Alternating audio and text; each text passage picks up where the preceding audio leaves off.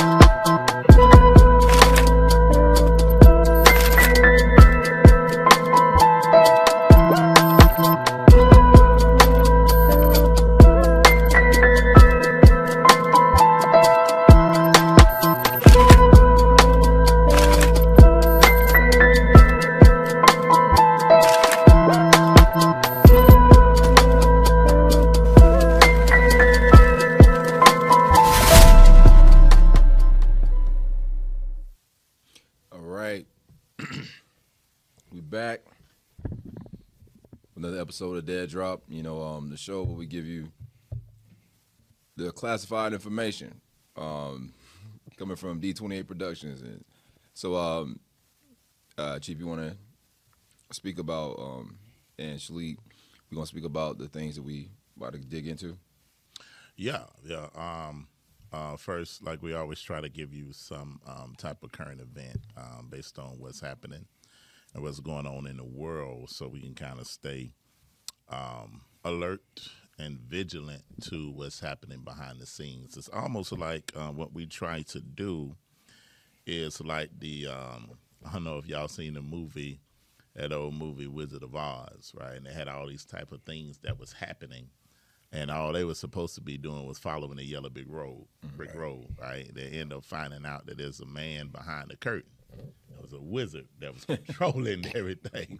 And the little Toto, the little dog, exposed as a man behind the curtain.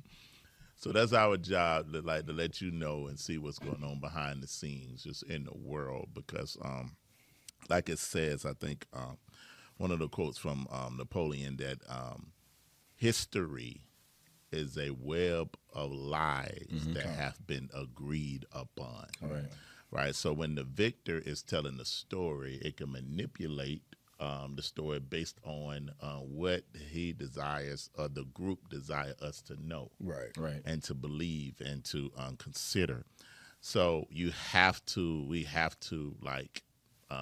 overcome deception through not rejecting what we haven't investigated. Right. You understand? So now it's just important to investigate all things, because there's so many lies that is built upon lies, of layers and layers of deception, right, that we see. So we here to open it up. And today we're going to hit on a little bit after current events. We're going to hit on some of the things about America. And It's so much that we don't know. Right. And we're going to kind of open it up today a little bit. So I believe that's some of the things we're kind of gonna go over. Yeah. When we're looking at the stuff about America, there's a lot of cover-ups for a long time.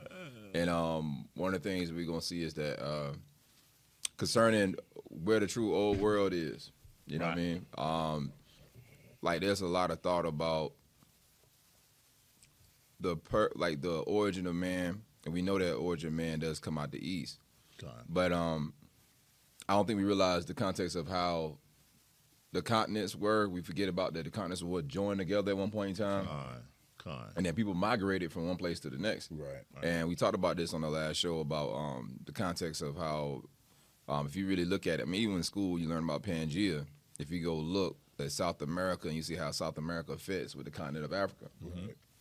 We looked at the context of a story of Noah, and when he decided to build the ark, the materials that he spoke about building the ark of exist in Florida, right? So when you look at this, you got to start asking yourself what's going on. Like, even the fact that most people don't know this, because history tells you otherwise, or they don't really speak on it. But the amount of pyramids even in the world, there's more pyramids on the continent of South America and North America than it is in Africa.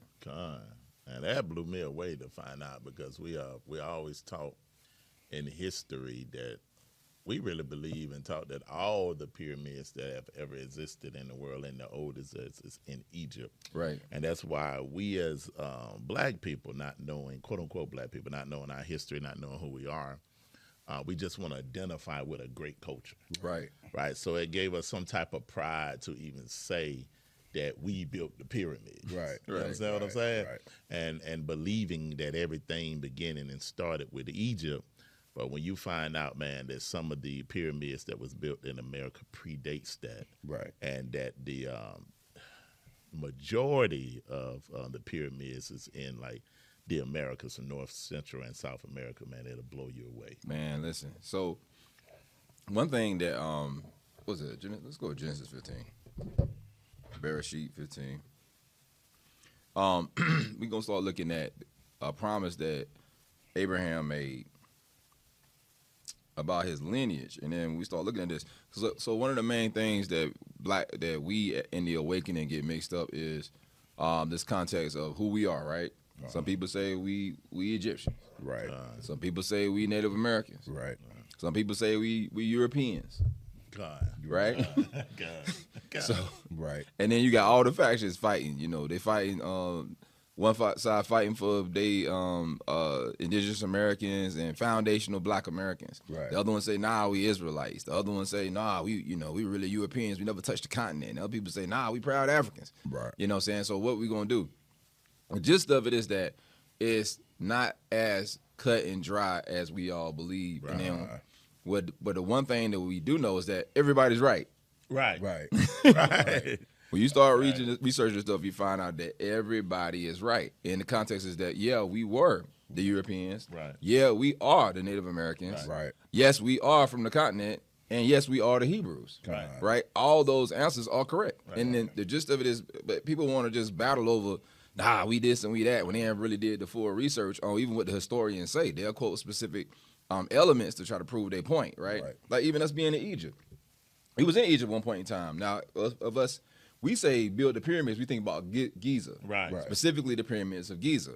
But we got to realize there's other pyramids all around them in that territory. Right. And we were servants in Egypt, as we know from the text, and also from historical record and stuff, even from, Paul S. Morton, the researcher, when he started researching Negro skulls, and watch Reclaiming the Throne, and you'll find this out, because they're Reclaiming the Throne. Right. Got all the quotes from this. This is historical fact. It's not fiction. Yeah, absolutely. That they started studying Negro souls, and they found out there was dolichocephalic, phallic, I can barely say that word, and then they found out that they resembled African Americans, the skulls they found in the servant class in Egypt. Right. Right. So if you look at the context of us being, whether or not we Egyptians, so are we Americans?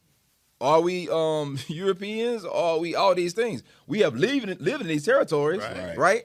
And still, we say ethnic wise or by ethnicity, we don't necessarily descend from that place. Right. So just because you in a place doesn't necessarily mean you were from that place.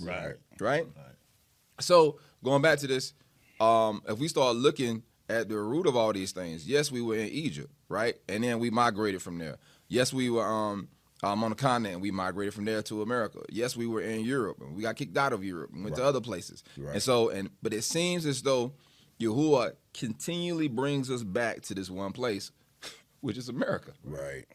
And don't get me wrong, we got brothers and family that's still on the continent and all these other places, but specifically we talking about this group that's in the diaspora. Now we looking at Bible prophecy. We know that Bible prophecy talk about in Deuteronomy 28 about how we'll go back to what?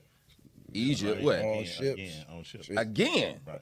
On ships, Yep. right? And so that's the one thread between all these groups. If you're talking about the Native Americans, and we're gonna look at this, but the Native Americans one point in time was enslaved before we came here from Spain and Portugal. Right. And then for anybody just watching this, Black people, the original slaves did not come from the continent of Africa. Right. The original slaves came from Libs in Portugal. Right? So when they came from there, and they created these slave ports all over the West Africa, and then after that, they even had treaties that there could not be any slaves from Africa. Right. It was written in documents Right. that it had to be specifically the ones from Spain and Portugal. This is where we get the word Negro from. Right. Right? So because it's a Portuguese word. Right. So from that point, you got these people that's coming over directly from that area. And then once they started selling, different places that they were exiled to, like Brazil and all that kind of stuff, they ended up making up like the majority of the population of them territories. Right. So, but they had to come over here on ships. Right. So then you got the Native Americans here. Well, they didn't come over here on ships. Well, let's say they didn't, which actually they did because they came from West Africa. Right.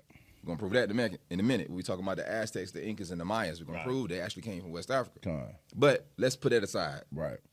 So what actually happened was when the Spanish came over originally, they started actually enslaving Indians. Mm-hmm. There was actually a period of enslavement from Indians from the period of the conquest of conquistadors, even going up to civil war type times and all that kind of stuff. And I got quotes about how Indians and blacks were on plantations together serving on these plantations. And this is the reason why every Negro say what? They got Indian in their family. Right. Because it's facts. Right. So, but then before that time, during the first invasion of the Spanish started bringing these Indians from here to Spain. Right. So even they had to go to captivity in Spain on ships. Wow. Right. Wow. Even though they was already in America, they had to cross over and over the sea and go into Spain and go to some of these other places and become slaves. And then we're going to show you the images about, most people don't know this, but all through parts of Europe, there's black Indian statues on walls and in heraldry and all that kind of stuff. You're like, why they got black Indians in France? Right. Why they got black Indians in Germany? Right. On somebody's royal crest? What they got to do with anything? Right. But nobody ever asked these questions. So it'd be one Negro with a feather headdress, like with a gold feather headdress with some gold on, and the other one be with a Negro with a gold mitre on. Right. So one of them has a mitre on, the other one has a headdress. You're like, what's going on? Right. But while they always associated with heraldry from royalty or from nobility, but nobody ever asked that question. Right. Because again, one group came over on ships, the other one came over on ships. So then what about, we from Europe, we from parts of Europe. We talked about that, Spain and Portugal. What about them? Well, we had the ones that came from Spain and Portugal, but there's another group that came from Ireland and Scotland. They call them the Jacobites. Right. Pun intended. Right. Pun intended. Jacob children. Jacob children. But the followers of James. The Stuarts. The word Stuart means black. Right. The word Stuart means black. And that's what, I don't know, we're going to dive into that, Reclaiming the Throne, too. There's a whole thing about them trying to rebrand things that are historical facts. So you go look up the history of the word swarthy. Right. It'll first tell you that it means black. Matter of fact, there's an old English dictionary term where it literally says, I should have put it in this. I don't know why I didn't put it in this thing. I should have put it as a slide. We got to go to the control room, get it on the slide. But it says, the original definition of swarthy, it says black as swarthy, black as the swarthy African. Right. So the word swarthy was directly connected to Africans. So when you go look at all those terms of these people that's from Ireland and Scotland, or people that came from what we know as Great Britain or the United Kingdom, these people are all considered to be swarthy. All the Jacobites were considered, a majority of them, were considered to be what? Swarthy, right? And then sometimes they don't even say swarthy, it just say black. Right. So-and-so black man, like for instance, it's this guy named John Mackey. John Mackey was in this Secret Service for one of the queens that were trying to spy on the Jacobites, because there was this thing called the Jacobite Rebellion in the UK. The Jacobites were followers of King James, right? King James, and I got quotes on that too, and his family believed that they were Israelites, right? And so they felt like it was their job to be one of the curators of the canon Bible, right? So that's how we end up with the King James Bible. But then you had this whole political thing that was going on between the two groups, the Covenanters and the Loyalists. And then they all started coming against James. Well, different groups started coming against James and their family. But again, James and his family came from the Highlands of Scotland, and they were called Stuart. The word Stuart is the word swarthy, which means black. The whole family was considered that. James' son was called the Black Boy. That was his nickname. Right. If you go look at any kind of like text about even the people that were like the earls and the dukes and all them, like I think the Duke of Sandwich. I got seen one quote and it says a very black man. One of them says a very tall black man like a Spaniard or a Jew. Right. Wow. That's literally, I know it don't say Negro, it don't say Swarthy. This is a very Spaniard black or a man, Jew, like a Spaniard or a Jew, right? So we look at this and this ain't Claim and Throne too. That actual quote was in the Claim and Throne, but going back to John Mackey. So John Mackey went into as a spy to give basically like profiles on everybody that was part of the Jacobite movement. And so he went to all the leaders, and almost every one of them, black man, brown man, dark complexion, tall black man, black man.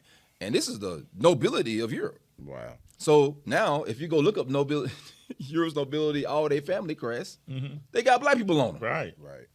All of them. This ain't, you go do your own research, YouTube, Right. and go look it up. Look at these, the original family crest of Europe. We could have put that in this. I got 1 million of those. I could have put it all through the lessons in the, I could put it in control room to put it up. But I didn't. That's my fault. But we'll get it next time. We got a part 2. We got a part 2. So we're going to put it in at the end. But all the heraldry of Great Britain, the original heraldry, you're going to see black people with mitres on. All throughout there, you're going to see black people with mitres on. Why? You see Negroes with mitres. Who wears turbans like that in the context of Scripture? Well, it's only 2 groups. It's the Muslims and the Jews. That's right. Right. That's it. Right.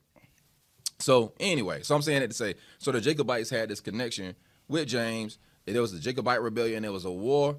These people were deported from Spain, not Spain, Portugal, but from Ireland and Scotland. They was brought over here on ships as indentured servants. And so if you go look up the history, they try to say that was a handful of them.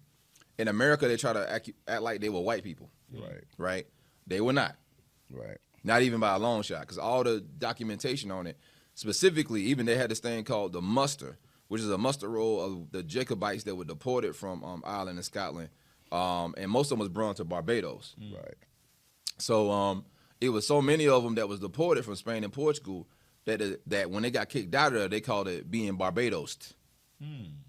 Being Barbadosed, Wow. which means like they Barbados you, like if you getting kicked out of Ireland and Scotland and you going to basically Sheol. Matter of fact, it's a book called To Hell or Barbados. Wow. And they talk about that.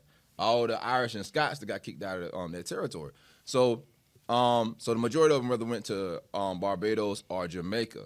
And that's the reason why you got so many people. The majority of Jamaicans have Irish and Scottish last names, right? And it's a book called For Whence, y'all look this stuff up. It's a book called For Whence Come the Irish in Jamaica.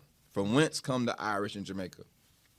In the book, the dude gives a detailed account of all the names of Jamaicans in that territory. And he talked about how so many of them were Irish and Scottish. Right. Then he went and he studied the history of plantations in Jamaica. And what he found out was almost all of them, he couldn't find plantations. I mean, it was in certain cases he could, but the majority of them, he could not find plantations by that name.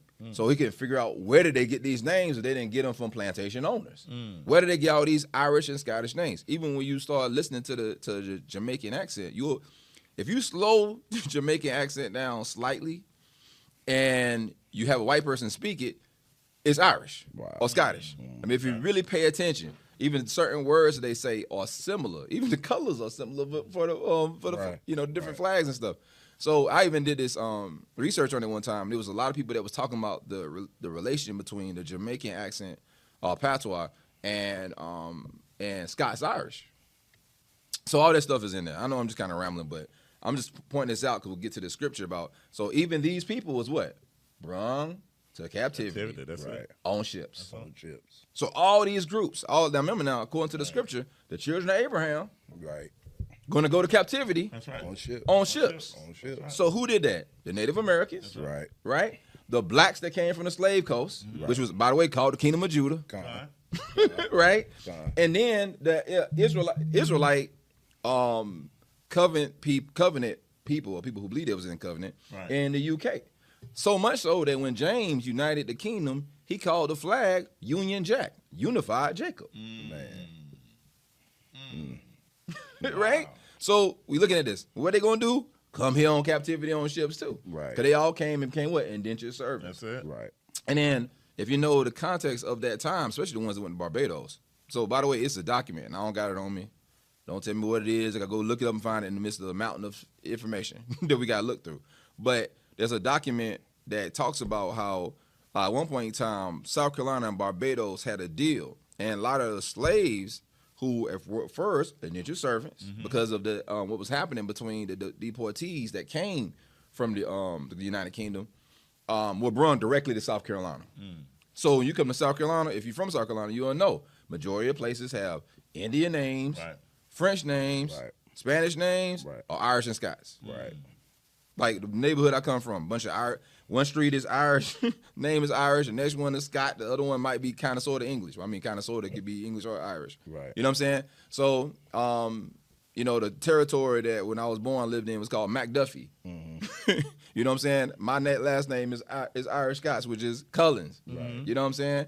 And it goes on and on. All the families in the neighborhood had them similar names. Right. And so I know we believe that we got this stuff from slave owners, which also that's ridiculous because there were also certain practices they had with slaves where they wouldn't give slaves last names. Right. So ain't no way that a slave had a last name of a slave owner because it was against the etiquette and how they would do slaves to give them last names. Right. So then you got to ask yourself, well, how would they get this last name? So after you get out of slavery, after they beat you and chop your leg off, you're like, man, I'm gonna name myself after them. Right. You know, after they raped my daddy in front of me, now I'm gonna name myself after them. Right? It's ridiculous to even believe that. So again, you got all these groups, all of them coming by ship and going to this specific place. In this specific place, all three categories get basically mixed into one ethnic group, right? You got the Native American ethnicity, you got the African ethnicity, you have the English ethnicity, and it becomes into one homogenous group, right? Who all experience one brutal captivity. Right? Even if you go back to 1619, people think that 1619 that it was 60 odd or however many odd Negroes that came here as slaves. If you go really research the documentation, they weren't slaves, they was indentured servants. The first slave owner in America was a black man. Anthony Johnson. That's right. Anthony Johnson. The first Sephardi Jew in America was a black man. By historical record. Well, it was in Maryland. I forget the guy. I wish I knew the dude's name off the top of my head. But there's a statue of him in Maryland. He was the first recorded immigrant Sephardi Jew in America. We know it could have been other people, but you know, for the time they recorded the history. But you know what I'm saying? So all this stuff ties back to that. So anyway, I'm saying that to say there's Yahuwah prophesied that the children of Abraham would go through some kind of 400-year captivity. We look at that Deuteronomy 28, it says they'll go there on ships. That's right. And they'll be oppressed until a time appointed. Yahushua talks about it, and he says they'll be there to win, Chief. Right, until the times of the Gentiles are fulfilled. So what time we in right now? The times of the Gentiles. They the ones who run everything. Right. It's not. So anyway, saying that to say, let's look at that scripture. It's wild. All right, Genesis 15. After these things, the word of Elohim came unto Abram in a vision, saying, Fear not, Abram, I am thy shield, and thy exceeding great reward. And Abram said, Adonai Yahuwah, what wilt thou give me, seeing I go childless? And the steward of my house is Eleazar of Damascus. And Abram said, Behold, to me thou hast given no seed, and lo, one born in my house is mine heir. Okay, so you look at the beginning of this scripture, it starts off talking about who's going to be the inheritor, right? Who's going to be of Abraham's seed, you know, and it's going to end up going into a prophecy. It starts off talking about the Abraham seed in prophetic nature in its infancy, and then it ends up with its fullness. Right? Go ahead. And behold, the word of Elohim came unto him, saying, This shall not be thine heir, but he that shall come forth out of thine own bowels shall be thine heir. And he brought him forth abroad and said, Look now toward the Shamaim, and tell the stars, and if thou be able to number them. And he said unto him, So shall thy seed be. All right, so look at this, man. So you go back and you research this thing. People only think about Abraham's like covenant wife we looking at Sarah, right, or Sarah. But if you read on down, it says that Abraham had concubines and wives and sons. Right. And if you go do the research, he had up to 318 Right. sons, right, through all these women. So you got one man that goes out with this culture, and it settles most of North Africa. So even the thing we talking about Semitic, right? Think about how many different ethnic groups are actually Semitic, even outside of Israelites. Right. Right. So that's why you talking about a multitude, his seed being like the sand of the sea. Right. Man, you could find Hebraic tenants from all over the continent of Africa, going on up into Arabia, based on the spreading of this one man's culture through it coming from his family with all these different sons. So we look at this, we know that it's going to get to this wide view, and it's going to get down to a very specific prophecy. Right? So we're not talking about everybody that's a Hebrew. It can't be. Right? Go ahead. Verse 6, and he believed in Eloah, and he counted it to him for righteousness. And he said unto him, I am the Eloah that brought thee out of Ur of the Chaldees to give thee this land to inherit it. All right, so stop right there. So now we start talking about his seed, and it's comparing him going out of one place that is associated with captivity, which is Babylon, going into a place of promise. Wow. Right? Because Yahuwah promised him that he'll be blessed if he leaves this place, which is Babylon, Ur of the Chaldees, out of the land of captivity into this blessed place. So it's foreshadowing something. Getting to a specific place about his seed and what must happen. And he said, Adonai Yahuwah, whereby shall I know that I shall inherit it? And he said unto him, take me an heifer of 3 years old, and a she-goat of 3 years old, and a ram of 3 years old, and a turtle dove, and a young pigeon. And he took unto him all these, and divided them in the midst, and laid each piece one against another. But the birds divided he not. And when the fowls came down upon the carcasses, Abraham drove them away. Abram. And when the sun was going down, a deep sleep fell upon Abram. And lo, and horror of great darkness fell upon him. Okay. So now, he talks about his seed, right? About coming out of Babylon, him receiving a specific thing, coming out of a place of captivity into a land of plenty. And now he going into this place where he makes these sacrifices and horror overtakes him, right? So there's something dark, there's something evil, there's something insidious, that's coming towards his people, his lineage. There's some kind of dark omen that he's sensing about whatever this thing that's about to come. Right? Yep. And he said unto Abram, know of a surety that thy seed shall be a stranger in a land that is not theirs, and shall serve them, and they shall afflict them 400 years. How long? 400 years. How long? 400 years. You don't speak on that, Chief?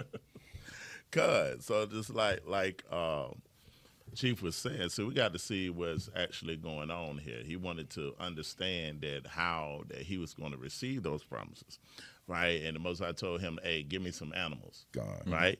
And he divided those animals, right, and cut them up and did to let them know, because it's a promise that's finna happen here, right? That's even deeper than the dream that's gonna happen. So then now he goes into the sleep, and now he sees something that, like, we would call a horror film. Right. Now, you got to remember that Abraham, through the slaughter of the kings, he's seen a lot of stuff, fighting and killing and all that type of stuff. Setting captives free and all of that. But now he's seeing his seed been done a way that has never been done in the earth. Right? People that's walking around without a culture. That don't know the ways of their fathers, in which the Most High have given them, right? Seeing them getting hung and beat and ate up by animals and burned alive and cut open and experimented on. All of these things that he ain't never comprehended. That all he can describe it as horror. Right? And it says what? That the seed would do what? And And he said unto Abraham, know of a surety that thy seed shall be a stranger. So know now of a surety that this seed is going to be a stranger. That means they're not going to know the land, right? And where they're not going to know the people, not going to know the ways of it, in which the place that they're going, like it's not going to be their homeland, right? In so many words, that they'll be a stranger into what they're being bought into, the system that is established there, right? Keep going.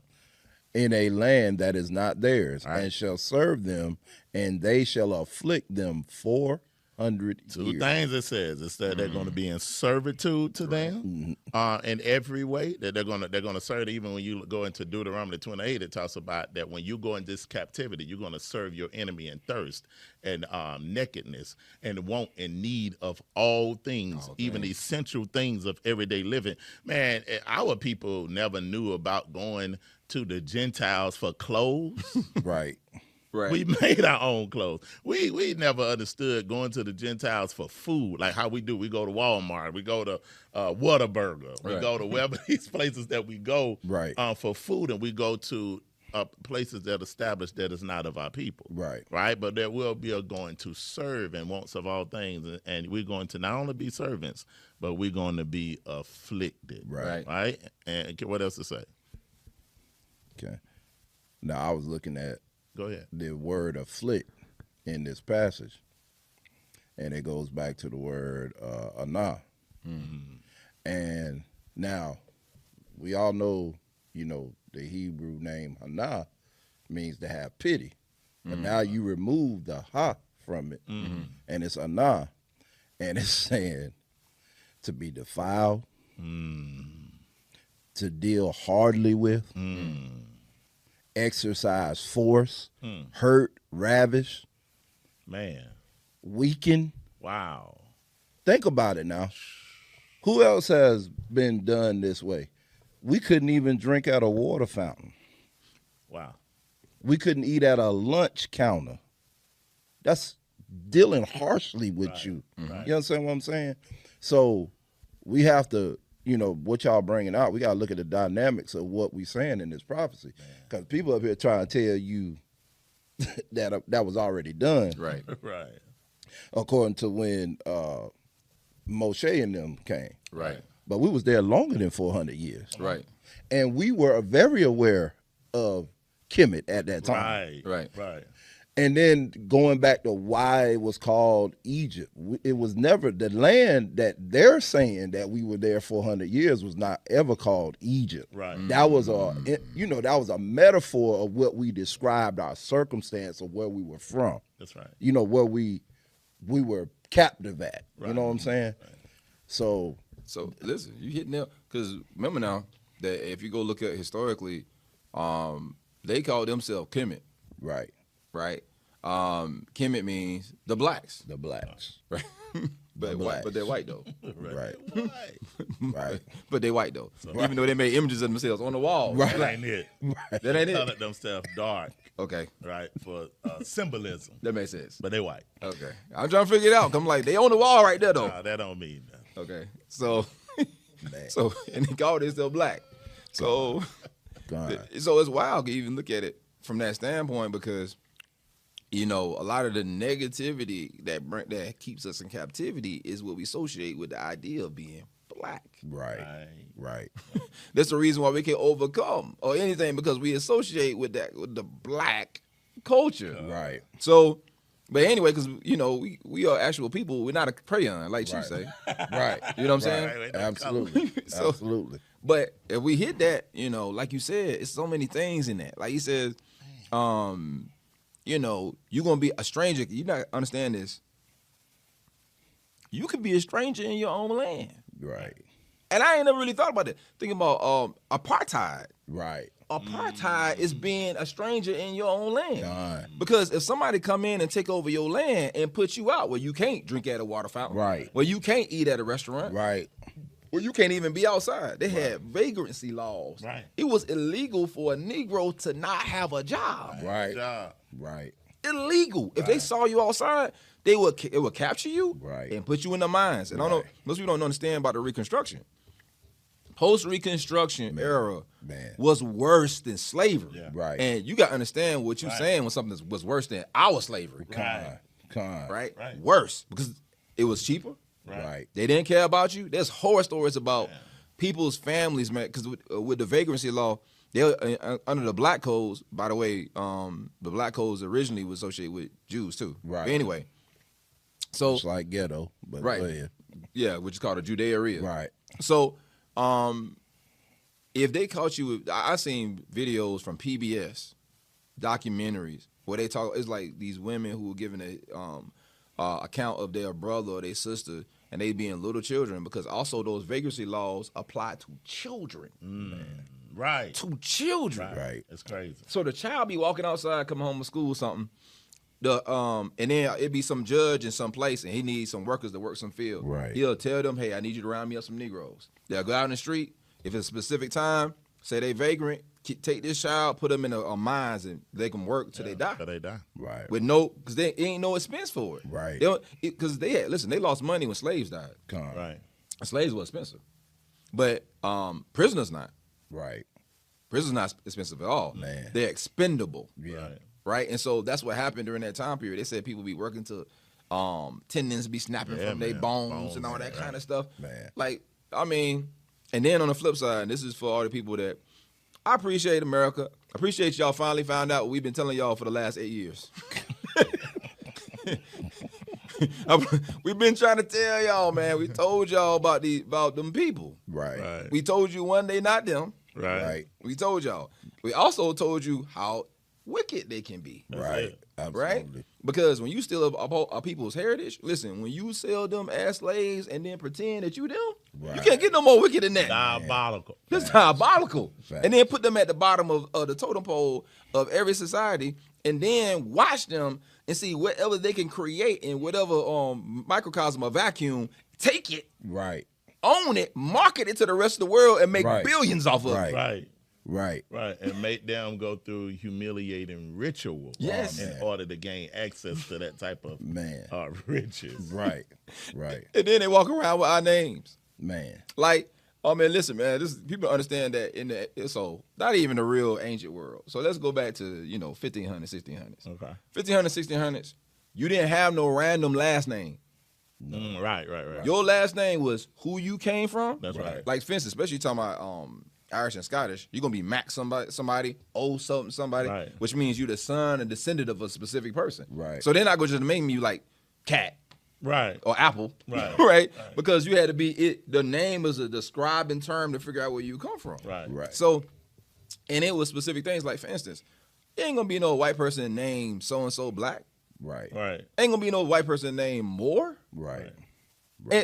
Because white people, Moors all throughout history were known as the black people. Right. And if the white people hated the black people so much, They're not gonna name themselves. They're not going. they're not going. If it's a byword, they're not going to name themselves black. They're not going to name themselves Moore. No. You all see people that these millionaires last name Moorhead Right. or Morgan and Morris or whatever. Right. They ain't no way Right. because that name yourself Norris back then. You might as well call yourself nigga. Right. Really. It was that That's what synonymous it with means. black Right. people. Right. Right. So anyway, so a lot of them people that claim us, that's their name. Man. You ever heard of Jay Moore? Man. Right. You never heard of Lewis Black? Man. y'all see what I'm saying? Like, Right. this is the stuff we trying to figure out. Anyway, I ain't about it. So, America, I'm just saying this to y'all. I appreciate it took y'all this long Right. to realize what we've been telling y'all from the beginning. Welcome to the party. Welcome to the party. We feel like y'all. We agree. Hey, they said we touching the grid on We it. touching the grid on Right? Concur. So, but going back to this. So let's go back to that, what you just said. So how could this apply to them? So speaking of what's going on currently. So Netanyahu, think about this, man. So Netanyahu and the UN Council, Security Council, this within the last couple of weeks, they came and they decided that, I don't know why it took so long to decide this, but they decided that Palestine is a genocide. So it is official right now. It's official, according to the UN, that Israel committed genocide or is committing genocide. Right. To the point where Netanyahu has, according to the Security Council, in certain places, countries, he can't even go to or they arrest him. Wow. I don't know if y'all noticed I that. didn't know that. I didn't know that. Yes, sir. Wow. So he's a Yes, sir. fugitive. Well, when was that? Netanyahu was a fugitive to a certain extent. Right. So because of the ruling of it being genocide. So this a couple weeks ago, Netanyahu comes out, he makes this speech. Almost 75% of the whole UN walk out on him while he talking. Wow. Walk out. Y'all go watch the video. They walk out on this man while he's speaking, but because nobody want to listen to him. And then people are chanting all that kind of stuff, and it's a little small remnant that's still there because he's trying to come against this idea that he's being painted or Israel being painted in a negative light. Fine. When you kill 200,000 people and massacre children, that's basically what happens. It's genocide. Right. So, but the gist of it is that because of that, they the certain member states of the UN have warrants for him. So he came. Now listen, but the United States say come and speak at the Senate. That's what the United States say now. United States say come on and holler at us. Yeah, we got you. We got you. We coming over there. We're gonna have a conference. 200. Sanctuary. You got sanctuary. You do what you want to do. What you want. Then Yahoo. What you need from me. Man. So I know you killed 250,000 Don't worry people. about it. We kill way more. Don't worry about You know, y'all all right. What y'all need? We killing machines over here. Right. Right. So he comes over here. So it was so deep, G, that he had his route. He had to go around all these different countries because any of those countries, he go to them airports, they're going to arrest him. Wow. So technically, he's a war criminal. This man come sitting down with the president. This man sitting down, coming to America, having a conversation about what we got to do. Right. So with American citizens. So the man that's declared a war criminal by the UN is coming over here and telling Americans what we got to do. Right. To the point where the pro-Israel lobby is, I ain't saying it was directly to Netanyahu because I don't know what his direct involvement in it this is. But what I know is that they bought TikTok specifically so they can't say nothing about Israel. Yes. Wow. Yes. They bought TikTok. They sure so did. They ended so there could be no propaganda coming out about how people feel about Israel. Wow. Like I say, people losing their jobs, people getting, all kind of stuff is going on. Somebody got locked up. All this because you said something about him. Man. So how could this be that prophecy? Man. This America. Get the camera on me. Get the camera on him. America. I just want to know. I just want to know, how could this prophecy apply to them? Man. If they have that type of power. What Negro? What Negro is so important? Come on. Man. On the earth? That you got to buy TikTok to stop them from saying something about them. Money to buy. Or have the money to... Please just tell me. I'm curious. Yep. What Negro on earth could do that right now? What's going to happen? Since when did America care so much about black people that they're going to shut down TikTok and YouTube? Man. Right. To protect them. Right. Can you imagine? Listen, Michael Vick. Man. His cousins. Man. Yeah. Come on. His cousins fought dogs. Yeah. And because he was associated with them, his whole career was shut down. Right. Whole entire career. That man went to prison. Yep. Goodness. Netanyahu ain't go to prison. He killed 250,000 people. Big facts. And he comes and sits with the president. Big facts. Big That's facts. crazy, man. So this all I'm saying. If Yahuwah says this is what it is, if Yahuwah say, man, listen, this is it. This is what his people is. This is the seed of Abraham. This is their affliction. This is their plight. Please explain to me how that could be them. Ain't no way. Ain't no way. Then the second question is, how could it not be us? Right. Just that's all I'm saying. Just explain to me what other people is the most oppressed people. Right. Because all of I heard was the two people that's the most oppressed is Jews and blacks. Right. Man. Right. So now we find out they're not so oppressed. Nah. No, don't look like it. Nah, you can't have that kind of money and be oppressed. So can we get second place? We get second place out we of it? second place votes. Oh, okay. I'm just saying. Second place votes. All right. All right. Go ahead. Go ahead and read it. We done moved up like Shador Sanders. Yeah, we coming up. We coming Got up. ready. Got rid of one quarterback and moved him up. That's what's it. That's it right there now. Verse 15. And thou shalt go to thy fathers in Shalom, and thou shalt bury in a good old age. But in the fourth generation, they shall come hither again. All right, so this is the thing. So going back to the 400-year prophecy, right? So a lot of people in the awakening fell off during the time of the 400-year prophecy. Right. Reason being, because they read this as you will be in captivity 400 years, and then the next day you leave. Right. Obviously, this is not what it says. Right. Did you read that about the judgment? Go back and read. Okay, I'll go back. Yes, sir. I'll start with verse 13.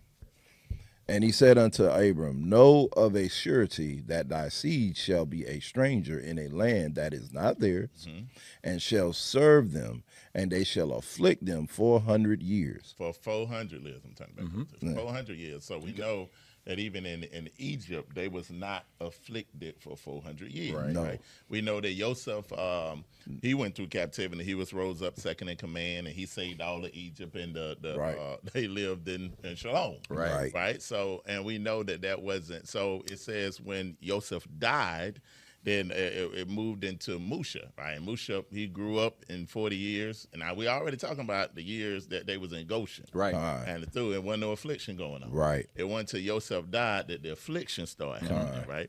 And things started happening. So we understand that wasn't a 400-year captivity. It can't be, right? So we know that has to be another time period. That from the inception of time they hit this land, serving affliction. Time they feet hit the soil. Serving an affliction for 400 years. And like Chief brought out earlier, now one thing about the scriptures, it don't feel like it have to tell you everything about everything that's going on. So it'll give you snapshots of where it want to zoom the story to start speaking in that term. So you can't look at, like you said, with all of Abraham's children, it's a lot of things that happen everywhere. The Bible, if it don't want to speak on it, it don't speak on it. It'll go straight to where it want to talk about. So it zooms into a people. And that, like Deuteronomy 20, it talks about that I will scatter you into four corners, and you will be removed into all the kingdoms of the world. You'll get removed into that. So we understand that the 400 years. Now we ain't got to look at certain type of dates specifically to stay like married to a certain type of date. But you do have to look, when was it a time that a people was scattered into all kingdoms? Now remember, all the captivities before, it wasn't scattered into all kingdoms. They would, whoever was ruling would come and take them out of Jerusalem and take them to their land. And they would be in captivity there until Yahuwah or allow them to be released to go back. So it stayed in one area. But this captivity, what Yahushua described, he said, man, this is y'all gonna be removed into all the kingdoms of the world. So as captives. Not just scattering now. So people talk about the Jews. Alleged scattering. Right? They didn't scatter Noah as captives. You understand what I'm saying? They never happened. Only our people went to every nation as captives. Captives, man. And even if you don't want to believe, like I said, well, it's some history that they did go back in Egypt. No. Not like they came. They went to Egypt initially as all 12 tribes, all 12 brothers, And it was no other time in history that they said that the scripture talks about that the whole nation will return and go back into captivity of Egypt. Ain't nowhere in that landmass that happened. So it had to be a spiritual Egypt, which it talks about captivity and what they would be going into. So now that's when the scriptures skipped it, and then let's read what it said. And also that nation whom they shall serve, I will judge. He gonna do what? I will judge. He gonna do what? I will judge. So when they served the 400 years, he said, then comes the judgment. It ain't mean that time 400 years happened at that certain date. Then it's going to be boom, we free. All the heaven and earth ain't gonna pass away to what? all things have to be fulfilled. Exactly. That's seed time and harvest, right? You understand? So all things that have been declared. This is why people talk about, well, man, when is really Yahushua coming back? It always been the thing of earthquakes. It's always been the things of rumors of wars. And people been talking about, man, you better prepare for the end times, all this type of stuff to happen. My grandmother talked about that. My great-great-grandmother talked about. What about now? We're still waiting on the same thing, 4 generations. But all things have to be fulfilled. Right. That was declared by the prophets. Right. Yahuwah is not going to allow anything to be established until all things that was prophesied. It ain't Yahuwah's fault if you don't know the scripture of all things. If you don't know every prophecy that's coming. Right. So you up there looking like, when you coming back? Well, read the book. Right. You look at some more things have to take place and be revealed for this thing to get to its fullness. Yeah, and that's it. That's what we're seeing right now. So let's go back to that 400 years. Right. So people talk about that being, between 2018, 2017, 2018, or 2018, 2019. Yeah. All right, 2018, 2019. So 2018, 2019, America on top of the world. Right. 2020, the bottom fall out. Right. Judgments. Judgment after judgment after judgment. After judgment, America. After judgment, America. Man. After judgment, America. Right. Look right now. Do you feel like America is rebounding? No. Or is it going to Sheol? Declining rapidly. Every day. Now, some new calamity. Sometimes 4 shootings, mass shootings in the day. Right. We talked about this stuff been happening for I don't know how long. Now it's just a massive uptick, right? Chaos all throughout the country. Come on. Leaders against leaders. Trump coming for governors coming for Trump. Like, you know what I'm saying? People getting assassinated. Right. And we ain't even gonna talk about how they said how many billionaires have died Right. within the last 2 years. And then some of them, and a couple of them were executed. Right. You're talking about United Healthcare, executed. Be slow about the Black Rock chick, but we know what Black Rock owns. Right. Everything. Right. And we know who owns that. You know what I'm saying? So we are, and it's like the demise of everything that's happening. With Charlie Kirk. Right. Look at the demise of what happened, the vitriol, what he was talking. Go back and look what he was talking about when the shots rang out. Right. That was a message being sent. Right. This because judgment has come to America, man. Right. You ain't never seen America so uncertain ever. Right. As you've seen it now. There's no confidence in the leadership. No. Nothing. There's no confidence even in what we call the religious system. Right. It's no confidence no more. Right. And man, because the rapture thing kind of Oh yeah. I'm still waiting on it. Yeah, we're still waiting. Because first of all, it was a debate of something that you don't even see in scripture. Right. Just something that was martyred out because once again, we still in somebody's history. Listen, you're not going to understand my family's account if you're not in my family. Right. You're reading this book that you're being taught from a standpoint of somebody that wasn't even in the family and cannot understand what's being stated. Why? Because it wasn't yours to tell. Right. I can't go and tell about your grandfather's history if my last name wasn't Cullins. Right. That's it. If my grandfather's last name was Riddick, you can't tell that story the way that I can tell it. I can't talk about the Williams. Right. If that's not my family plight. Right. But what we have is, like Malcolm X said, they done came to crow. Right. I'm telling you what it is. So we have to really look at what is happening. We got tariffs now. Man, these people are. There was a time during COVID where these people were telling us we don't have change. Right. How many what they call piggy banks got change? Right. But they say they done ran out of change. Man. So when you made a purchase, they cannot give you your exact change because based off of the tally, because there was a gather to get medals. Like this stuff is laid plain out, and now you're gonna have to tell me who is this connected to?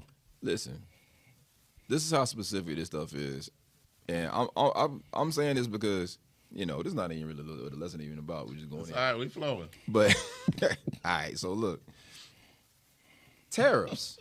Oh man, Tariffs now. All right, so all right.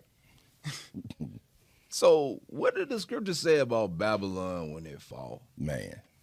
So we look at Revelation, right? Because all this past year, all you heard was, man, trade war, trade war, trade war. We no longer dealing with this country. We no longer deal with that country. 100% tariffs, 200%, 300, 400%, 5%, right? You know what I'm saying? It's all over the place. Never know what it's going to be. Right. So all these tariffs, all these nations is like, I'm no longer going to deal with them. We're going to shut it down. China saying, we're going to shut down America. We no longer give them precious metals and all that kind of stuff. Russia, them talking about we ain't going to deal with them in oil no more. So now we got to go all this back and forth. And to the point where now Trump put it off. He had to pause it because people felt like it was going to completely collapse the economy. Right. Because of what? Trade wars. Right. Yep. So when you read Revelation, what does it say? It says that Mystery Babylon, what? At the end of her reign, man. but she lost all her trade. Come on. Man. And it says all the nations what? Mourn for her because she lost the trade of gold, spices, clothing, cattle, sheep, and all this other stuff. Then it says the souls of men and slaves. Right. But that too. But the context is that, and that's another thing. Man, come on. Man. I gotta say something else before we go. I gotta say it. Go ahead, Chief. Go ahead, Chief. Ted Cruz. Did y'all hear what he said? Uh-uh. I'm about to go. I'll be up too late, right? So I'm up late, and I was like, man, let me see what's going on in politics. So I find this dude. He's talking about the pro-Israel lobby, and he's going in about because white folks waking up by this Israel thing. So they're going in. He's talking about how can they censor Americans? Da da da da. And so they start talking about Ted Cruz. I think his name Ted Cruz. The one that looked like Adam's Family. Yeah, Ted Cruz. Okay, yeah.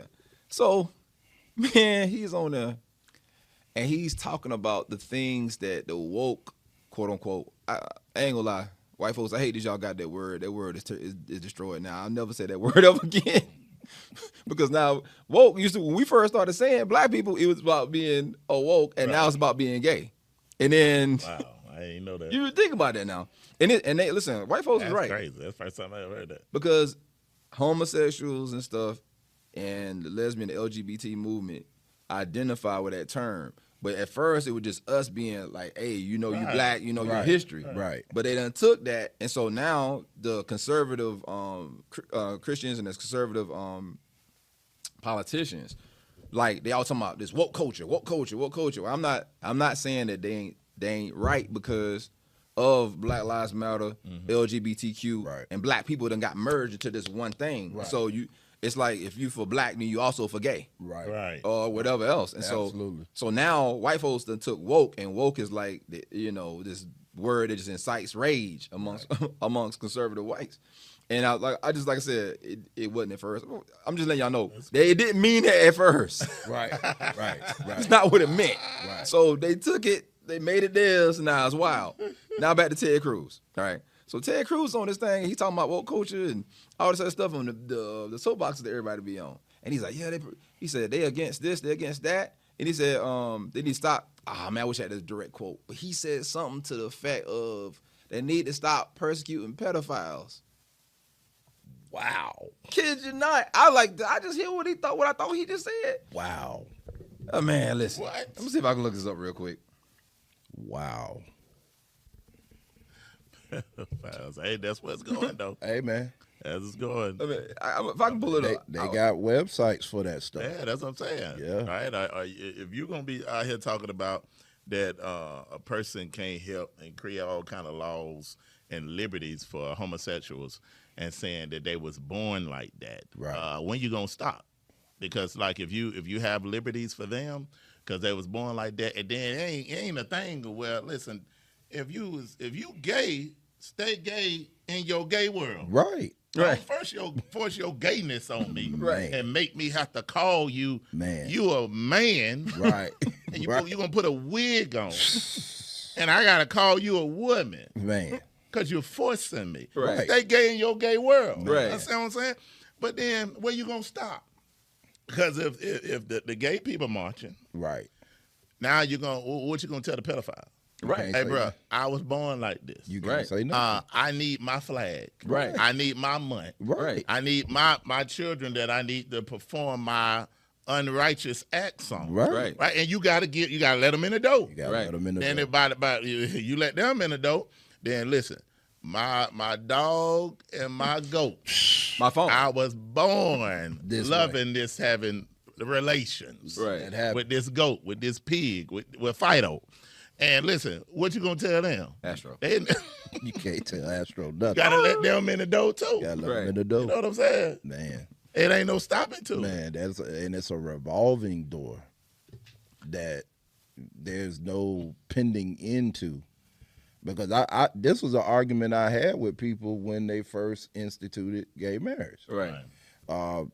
They were like, well, they want rights. I said, who got more rights than you? They do. Right. Because the reality at that time, because I work in healthcare, Right. they could go and say my partner, Mm-hmm. and they can get insurance for that partner. Mm. If I, as a heterosexual male, got a girl pregnant Mm-hmm. and we are not constitutionally married, she cannot be on my insurance. Right. But they could say, this is my life partner. Right.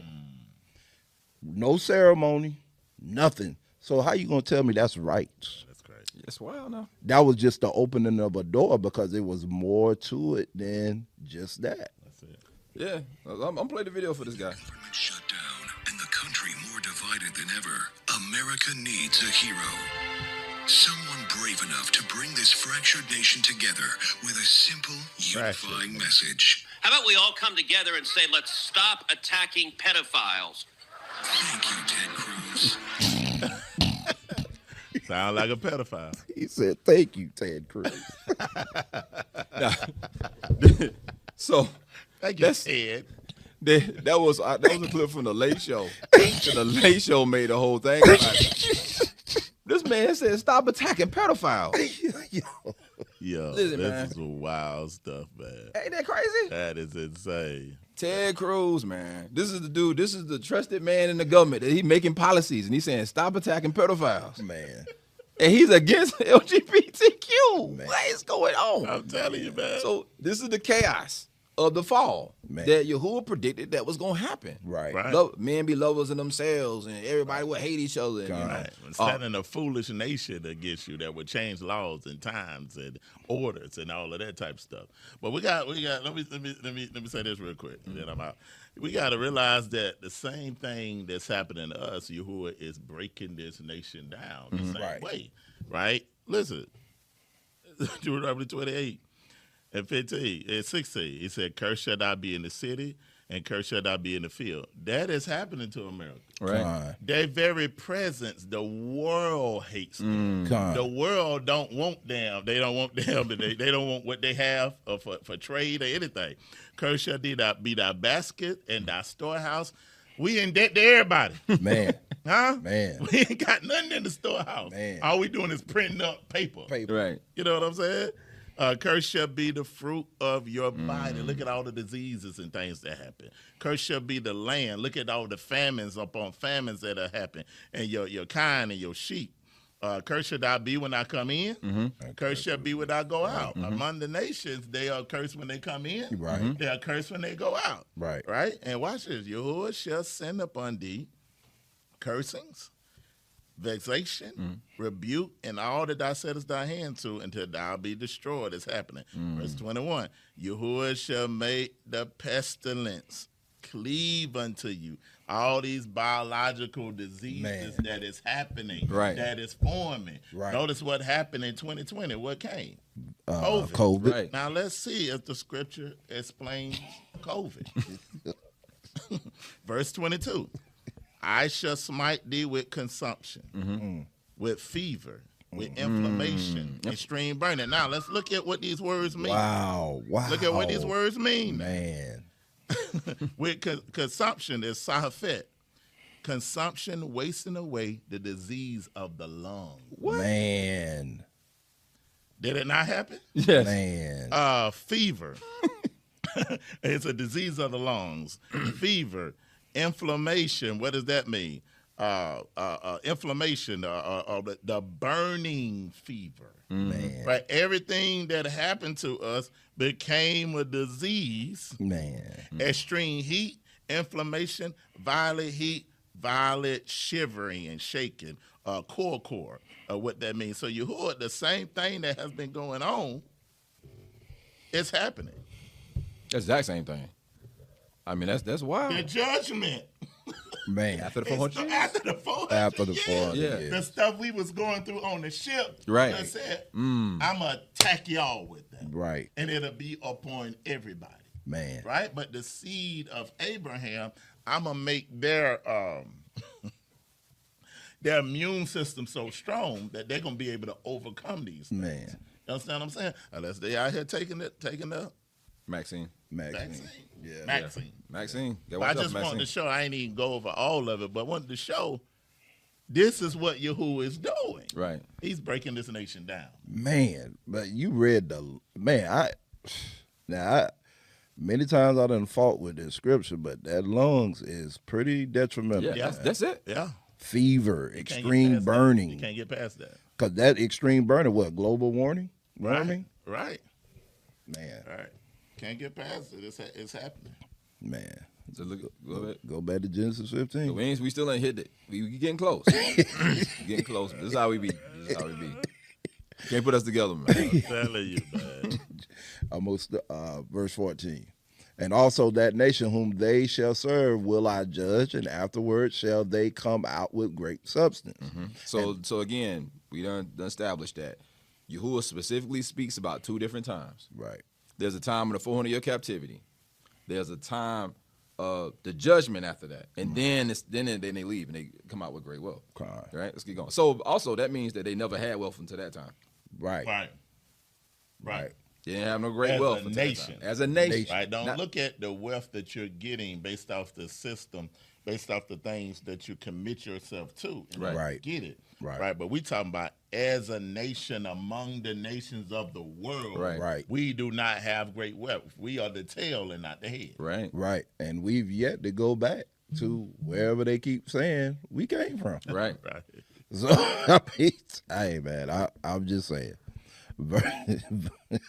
Verse 15, and thou shalt go to thy fathers in Shalom, and thou shalt be buried in a good old age. But in the fourth generation, they shall hither again, for the iniquity of the Amorites is not yet full. What? The iniquity of the Amorites is not yet full. All right, so we look at this, the iniquity of the Amorites. All right, so that's a mystery. So Yahuwah, when he speaks to Abraham about this whole thing about the return after the 400-year captivity, he says it'll be in the fourth generation, so there's going to be a space, a time, or whatever. And so, like this thing, like what Chief's saying about prophecy, you got to understand that, what they call Hebraisms. There's a lot of Hebraic understandings about sayings, and if you, like Shalice said, if you're not familiar with them, you will be lost. Con. Like you hear four generations, like, oh, it must be another 400 years, or however long that you discern a generation, whatever the place that you from. Right, because depending on what era and what place you from, you have a different time span of what you think a generation is. Con. But what we do know is generations does something it has something to do with a specific people that's born at a time. Con. So when you talking about the fourth generation, the idea could be our people, another generation of people that just manifest after a cycle. Because if we look at all through the scriptures, the third and fourth generation is a cycle. Right. Like Yahuwah say that he'll curse the people to their third and fourth generation. So he's saying that there's going to be a cycle of curses that happen. Right. If we look at even the 400-year curse, Right. if we looked at it in the context of it being 100 years, Right. that's a fullness of a cycle. And then what we happen, they leave then. Right. Right. There's almost like a a jubilee after that, Right. because the cycle is done. The cycle of curses, the cycle of punishment or judgment that happens after that. So he talks about in this, because if you look at Yahusha and in the Brit Hadashah or the New Testament, he speaks about the same thing. He starts talking about a specific generation. Right. If you read the writings of David or Daud gonna tell you the same thing. He said there's a generation from the west. Right. He speaks about this context of this generation that's coming from the west. So, and then it says that Yahuwah will roar against the west. So this is for the people who not familiar with this stuff. There's a scripture that said that Yahuwah will roar against the west. And so the idea is that it's going to be a time his face is going to be set against the west. So this go back to we talking about even the context of America being the ancient world. Right. Because if America was the ancient world, and if we seeing that Noah had built all this stuff from stuff that would have actually been in America, that means that the West at that time was associated with wickedness. Right. After Yahuwah judged the earth with water and destruction, then he reestablished the earth in the east, specifically on Mount Ararat. So if you go look up the word Ararat in Hebrew, it means the curse reversed. Because the context is that if you go read when Noah was born, the prophecy was from his fathers. They said that they believed Noah would restore them based on the curse that was upon the earth. You can go read it yourself. That's what it says. The prophecy about his birth, because he was prophesied to be, of course, his birth was prophesied too, that he was going to restore them based on the curse that Yahuwah gave Adam upon the earth. Like basically, like the earth will be cursed. That after this time of the flood, so the flood comes, and then what happens? The ancient world, the current civilization went from the west to the east. And then when the east is established, now we start seeing Yahuwah giving us the this Torah. Then later on, it's only so many generations, and you're gonna see what? Abraham. Right. And then now you have the Abrahamic ideas and covenants and laws that we don't see. The Mosaic context ain't even came yet. Right. But it's already in the earth about how this people shall be. Almost like the Great Reset. Right. So saying that to say this. So during the time, the West was considered to be this great evil. Right, because of the fallen. So the fallen came down and corrupted everything. Read the context of Genesis 6. So when he talks about this return, he says, remember, because this is not the time of Noah. This is the time of what? Abraham. Right. He says, because the iniquity of the Amorites is not yet done. So I used to like, man, what does Amorite mean? Why specifically he talking about the Amorites? What's that got doing anything? Now it's some ancient, what we call ancient alien theory type stuff. You can look into it, because the Amorites were people who were mixed with fallen DNA. Right. For instance, one of the Amorite kings was King Og.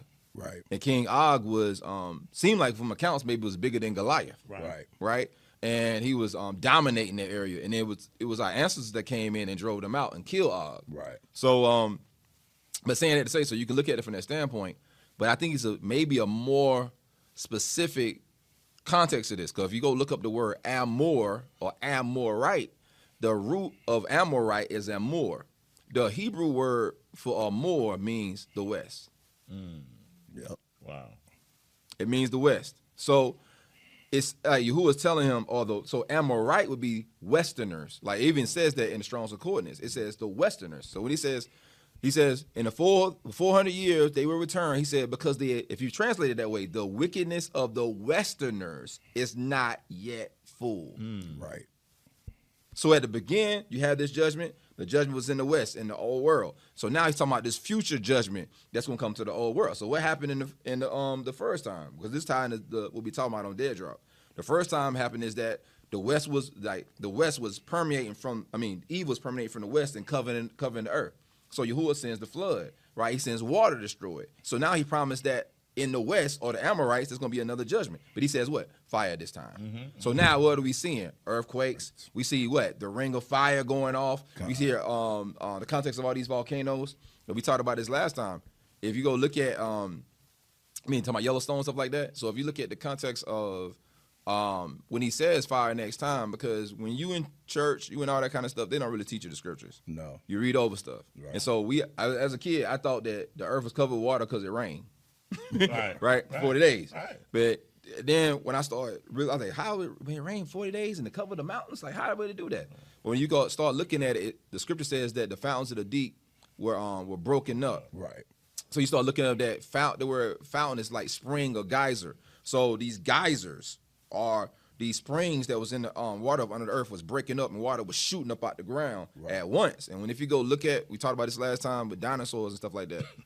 The only way you can have a dinosaur fossil is with an immediate action. Dinosaur, like, because bones are biodegradable. Right. This is the reason why, even in the context of mummies, they will mummify people to preserve their bones, preserve their body. Because if you don't, it's going to what? Deteriorate. And after that, you're not going to have it. So the only way you're going to have a dinosaur is if, dinosaur fossil is if that you immediately hit it with water, mud, and pressure. And so when these things broke up, and like the scripture says, and it's a guy, Kenneth Hovind, he did the whole thing on this. But the water, the geysers shot up, that it's going to bring with it sediment and pressure. And that's the reason why you see a lot of these skeletons. Some of the animals still had food in their mouth. Or animals, like, seemed like they was in an altercation. And immediately they got buried. Immediately they got put under. So this is why the water like flooded the earth so fast, even though it might took 40 days, but you're talking about covering the mountains. Right? Well, I was able to flood the whole earth like that within that time frame. So if Yahuwah says that it'll be like that way again, that means that whatever this fire is coming, it ain't gonna just come from above. It's gonna come what? From underneath. From beneath. That's the same way if it's happening the same way. So we see all these things coming to pass, but I'm just saying this because this is the theme we talking about from the first show. We start talking about the earthquakes in diverse places. What's going on with the volcanoes. That's also the uptick we're seeing right now in America. Right? So the 400 years in the Amorites, the West. So the scripture also says we go to what? Egypt again on ships. So the West and Egypt have to be some kind of way connected if we believe those two prophecies are true. Right. So that's one of the things that we want to talk about is, and we're going to show some slides and stuff like that on imagery, and talk about what historically was considered to be America. So by different explorers, we talked about last time about India and how India was actually considered to be Ethiopia. And that's the reason why also America was called the Indies. Because India was considered to be Ethiopia. In the book of Esther, right? Ahasuerus, right, ruled the colonies from India to Ethiopia. Right? And if you go study it, you find out there's all kind of information about how the Indus Valley was ruled by black, basically Ethiopians. So when the conquistadors came over here to America, I forget his name. I think his name is Pizarro. I think his name is Pizarro. When he came to the Carolina coast, he said that these Indians look like Ethiopians. That was actually his thing. So that's why they called this place the Indies.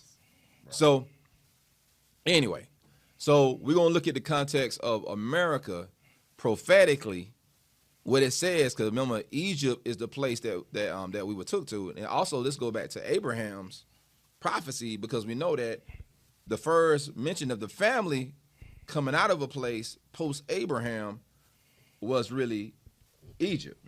And what happened? Egypt fell because of their mistreatment of the Israelites. Right? There was this collapse of it. So if we look at all these things, we can kind of see what's going on. But the question is, how do you relate the two? So we're gonna look at this. But the first thing I'm gonna show you is this image right here. And I'm going to show you how, for those who didn't know, now you know, as Biggie say, right? So I looked this up, right? I found these trading cards, right? And they're called playing cards for quartets. This is from the 1810 to 1815. They would make these cards of like different countries. But it's from France. Now, I don't know if you pay attention to these. Obviously, these are what? Black people. Now, the quote on it, it says, Habit de Judea. Right? Oh, man. Habit de Judea. It means the costumes of Judah. Wow. You see this right here, y'all? This historically in 1810, this is French people making paintings that shows you when we talk about the kingdom of Judah, like we talked about last time, the place that they took us from. Again, the place they took us from when it comes to the continent, the slave coast, was called the kingdom of Judah. And so this is one of the proofs of it. This is a playing card that they was making in France. And what it described to Israelite people, a family being as what? Black people. Black people. Again, it says, on the left it says Quan Isasan Bean Fights. It says they are well made. Now listen, I'm gonna tell you something else. That's a quote you hear a lot about Negroes and Jews. I got another quote about it. It says they are well made. The idea is that we are muscular people, or we are like a athletic people. Right. Right. Same as today. Same as today. You don't see too many people that's talking about the goyim that's in the land now that they're well made. Right. You don't got nobody that has any type of thought that can have any type of resemblance to what Shimshon might have looked like. Right. Right. You're not looking at that culture and say, man, they got a lot of people that's well made. Right. You mean Adam Sandler ain't no athlete? Nah. He played basketball though. Yeah, they don't play no basketball. He did in the movie. That's movies. Not to the caliber of what we know. Right. Right. Happy Gilmore can't But get we that. are people that was known and still to this day of being well made. Right. Right. Our men and our women. Right. So again, go back to that slide one more time. So again, it says it's actually an engraved playing card. It was at the where? Metropolitan Museum of Art. It was at the Met. Have you ever heard of the Met Gala? Yes. Ever met Negroes? Yep. When you sit there and see your most Famous. person go to look at these paintings, and you're in there as the Kingdom of Judah. Man. And you just sitting there oblivious, talking about you a Negro. And they sitting there with their $1 million outfits and drinking wine and doing wickedness, Right. laughing at you Man. at the Met Gala, y'all. The Met Gala. Let's get going. And I just threw this in here for bonus. This is a bonus thing. This is right here for people who don't want to know and understand what we're gonna talk about. Because I'm putting this in there because we're gonna talk about Europeans real quick. I'm trying to run through this because I don't want to make it too long. But this painting right here is a miniature of the baptism of Constantine. Yeah, you got it right. What? Constantine. You hear me? This is not my image. I didn't paint this. Constantine. See all the people notice only one white person? Wow. Performing the baptism. Performing the baptism. Again, the baptism of Constantine, which in this manuscript, the cycle of the emperor is painted with dark skin. Why is he painted with dark skin? Why are they randomly? Why white people painting black people with dark skin? Clearly, it's a white person, so they're making a distinction of which one is which. Right. And the white person is the servant. Man. From the Chronicles of Conquest of D. Charlemagne, 14th century French manuscripts. So all this stuff is from France. Produced in the early 15th century. So we went back a couple centuries. It's going, again, this is the context. When you go back and look at these old scripts, these old manuscripts, you start looking at Museum of Metropolitan Art in Oxford University, and Yale and Harvard, and all these other places. What you going to see? Princeton. You're going to see all the information that they will never tell you. That's why they told you that Negroes don't read. Right. They told you this. They said, you want to hide something from a Negro, Put it in the book. put it in the book. But let's go ahead. Let's get into this American stuff. All right. So, by the way, on to the left, you see an image. These are classifications of race. Me and Chief did in America's Dark Past. We did. Y'all need to go watch that if you want to know what happened in America. We talked about the different things with the classification of race. It's a couple of German, when we talked about Germans last time, German philosophers and scientists who came up with all the ideas and concepts behind race, right? One of them is called the classification of mammalia, and they would do these drawings about who is who and what places and what they are and what they're capable of doing. So right there you see, it says a mongoloid, a xanthropic, a rocket, anthrocric, whatever you say. That man right there, that's white. And underneath it says what? Caucasian. Caucasian, right? Right? Underneath it says Malayan, right? To the right, it says African or Negroid. Right above it, it says what? America. American. What? Wow. American. The Shannon Sharp looking dude. Man. Is Shannon- American. He's American. Let that sink in. So listen, this dude, Thomas Griffith Taylor, all right? The quote is from The Environment of Race and Study of Evolution, Migration, Settlement, and Status of the Races of Man. From where? Oxford University. Oxford University. Oxford. Oxford. In 1927. Original holding, University of Michigan. Shout out to the Wolverines. Either we have The champions of the West. Either we have in certain parts of America skeletal remains of the type basically related to those found in Australia and Melanesia. So that's the other thing you're gonna see. Remember now, if you go to certain parts of the Pacific Islands, they are still Negroes. I want you to think about what I'm telling you. Certain parts, you go to Papua New Guinea, you're gonna see black people. Right? Any place where they're not whited out in the Pacific, you're gonna see black people. There's remember there's the island where no white people had been. Remember that was a whole story, and they were trying to go to that island. It was all controversial because they said they never seen black. I wish I know the name of the island. Man, it escapes me right now. But this was recently. Explorers are trying to go to this island that had never been colonized and white people have never explored. And I want to say it might have been in the Pacific or something like that. But when you look at these places in that territory, a lot of them places still have black people. When I was a kid, I thought Australians were white people. Yeah. Absolutely. I thought Crocodile Dundee. Absolutely. Crocodile Dundee. Yeah. 100%. Right. Good day, Mike. But we find out that they're extra Negro, right? So it says again, in parts of America, skeletal remains of a type basically related to those found in Australia and Melanesia. We have a remarkable case in parallelism. It certainly indicates the presence of a far past of what? Negroid peoples in where? American continent. This is a white man. This is not conspiracy theory black people. It's not Israelites. This is a very, very white man who studied skeletal remains. And this is the context he came up with. This is Griffith Taylor from the 1800s. He was an Austrian geographer and anthropologist in the environment of race. In 1927, he attempted to classify human populations according to the racial typologies an approach a common at that time, but now regarded as outdated and scientifically discredited. So all of a sudden now, the Negroes ain't American no more. Right. Funny how that is, right? But anyway, it was published in Oxford, by Oxford University Press. Let's go to the next one. All right.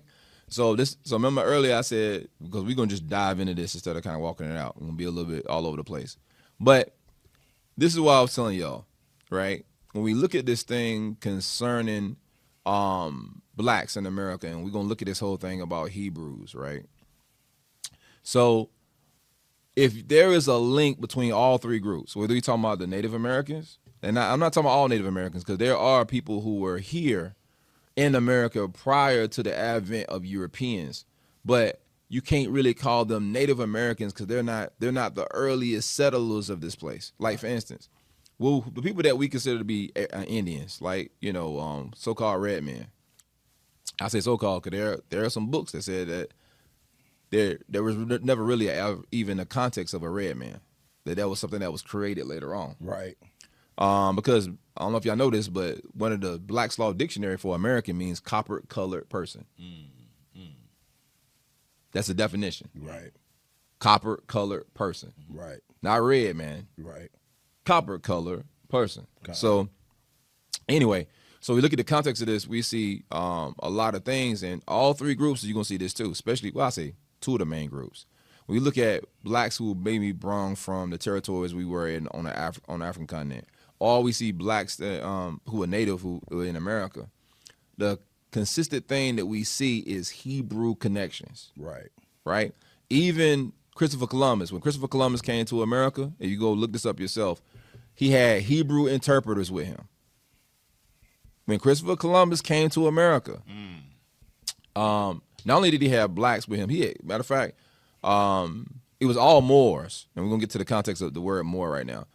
Christopher Columbus came with an entourage of Moors, and specifically ones who spoke Hebrew. So when in the case of him running into these Hebrews, which, by the way, there's documentation that we're gonna get to in the future where I can show you that the families in Seville, Spain, had spoke to Columbus about when he come to America specifically looking for Hebrews. Right? That's the reason why he needed a Hebrew interpreter. Right? So these natives, and we're going to tell you what they look like because we got the descriptions of them. Well, who had all these Hebrew tenets and things that they would say. And we're not talking about the Mongolian people that people consider to be Native Americans, because I'm going to show you again, we're going to prove that they were not. They were Mongolians who came over on the Bering Strait and came over to America and settled in America, who were here prior to Europeans. But when the time came for there to be a reckoning, like, for instance, y'all, there's a treaty that's on record. And it has something to do with it's Dr. Claude Anderson who really the first person to talk about this, right? He was saying how one time Dr. Claude Anderson had did this thing where he was talking about he had this conference called Powernomics, right? And Powernomics, he was talking about all the different treaties and stuff that they had that was connected to possible reparations. And he was talking about how much money that they owed us in the context of that was already on the record. So there was some kind of thing called the Freedmen Act or something like that.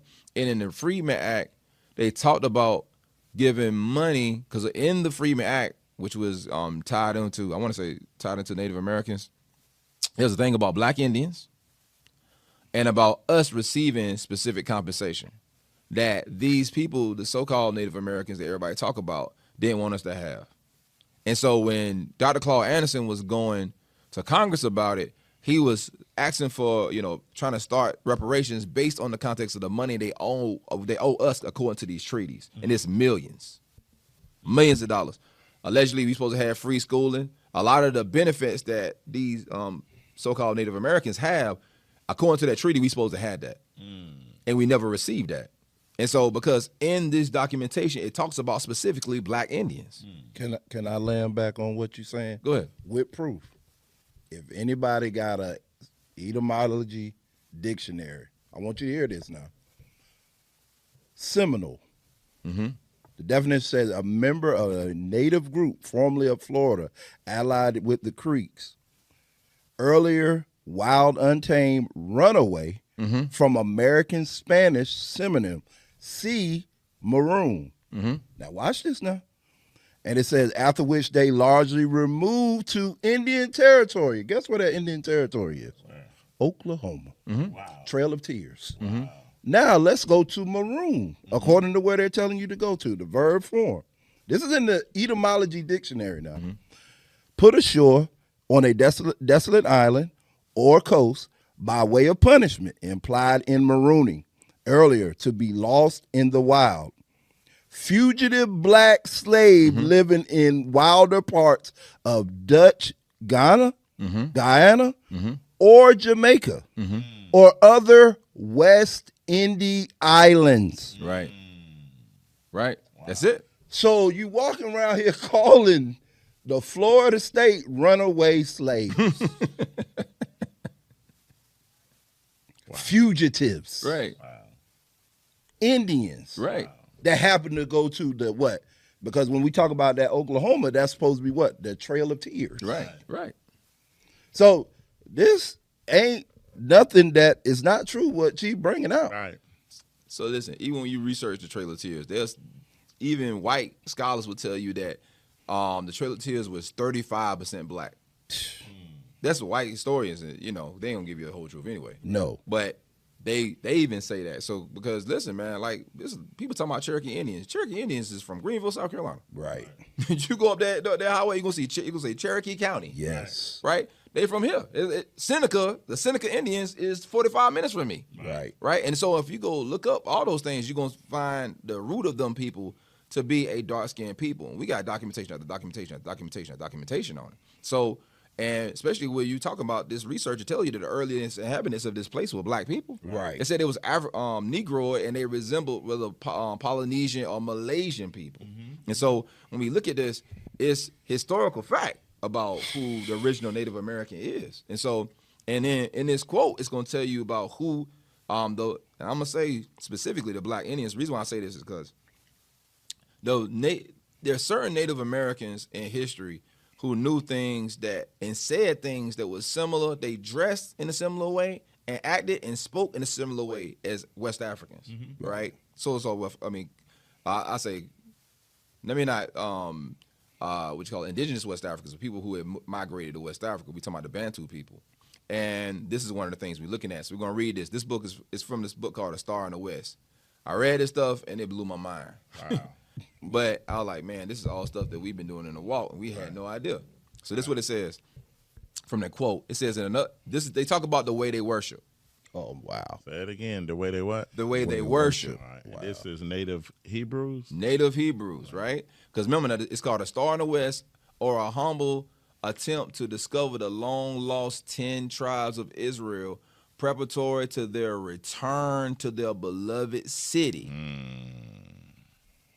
That's what this book is called. All right.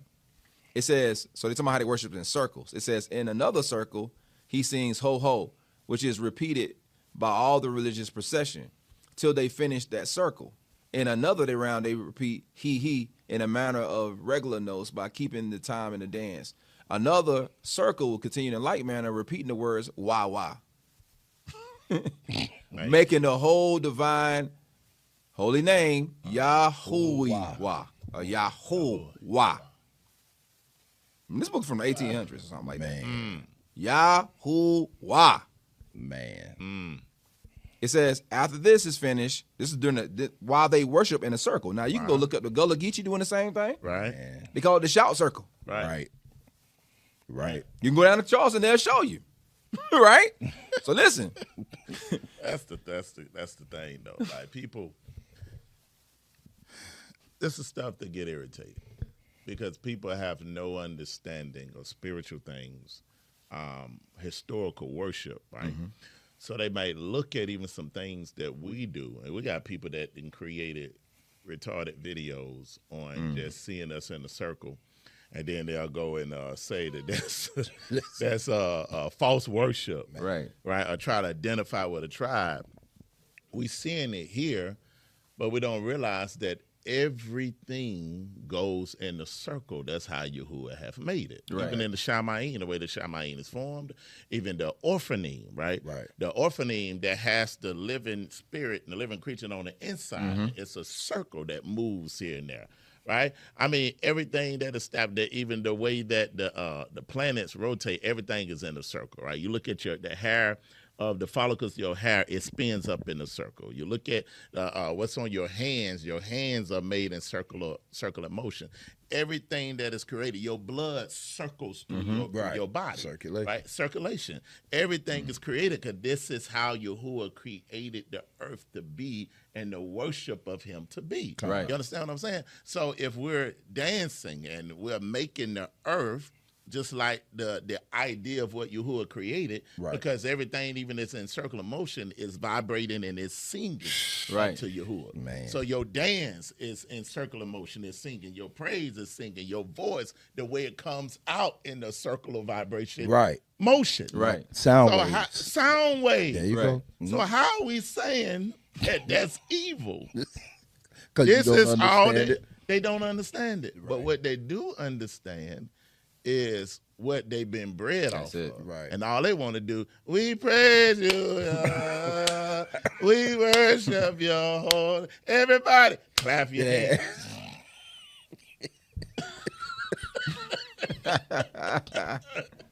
But they don't understand how the universe works. No.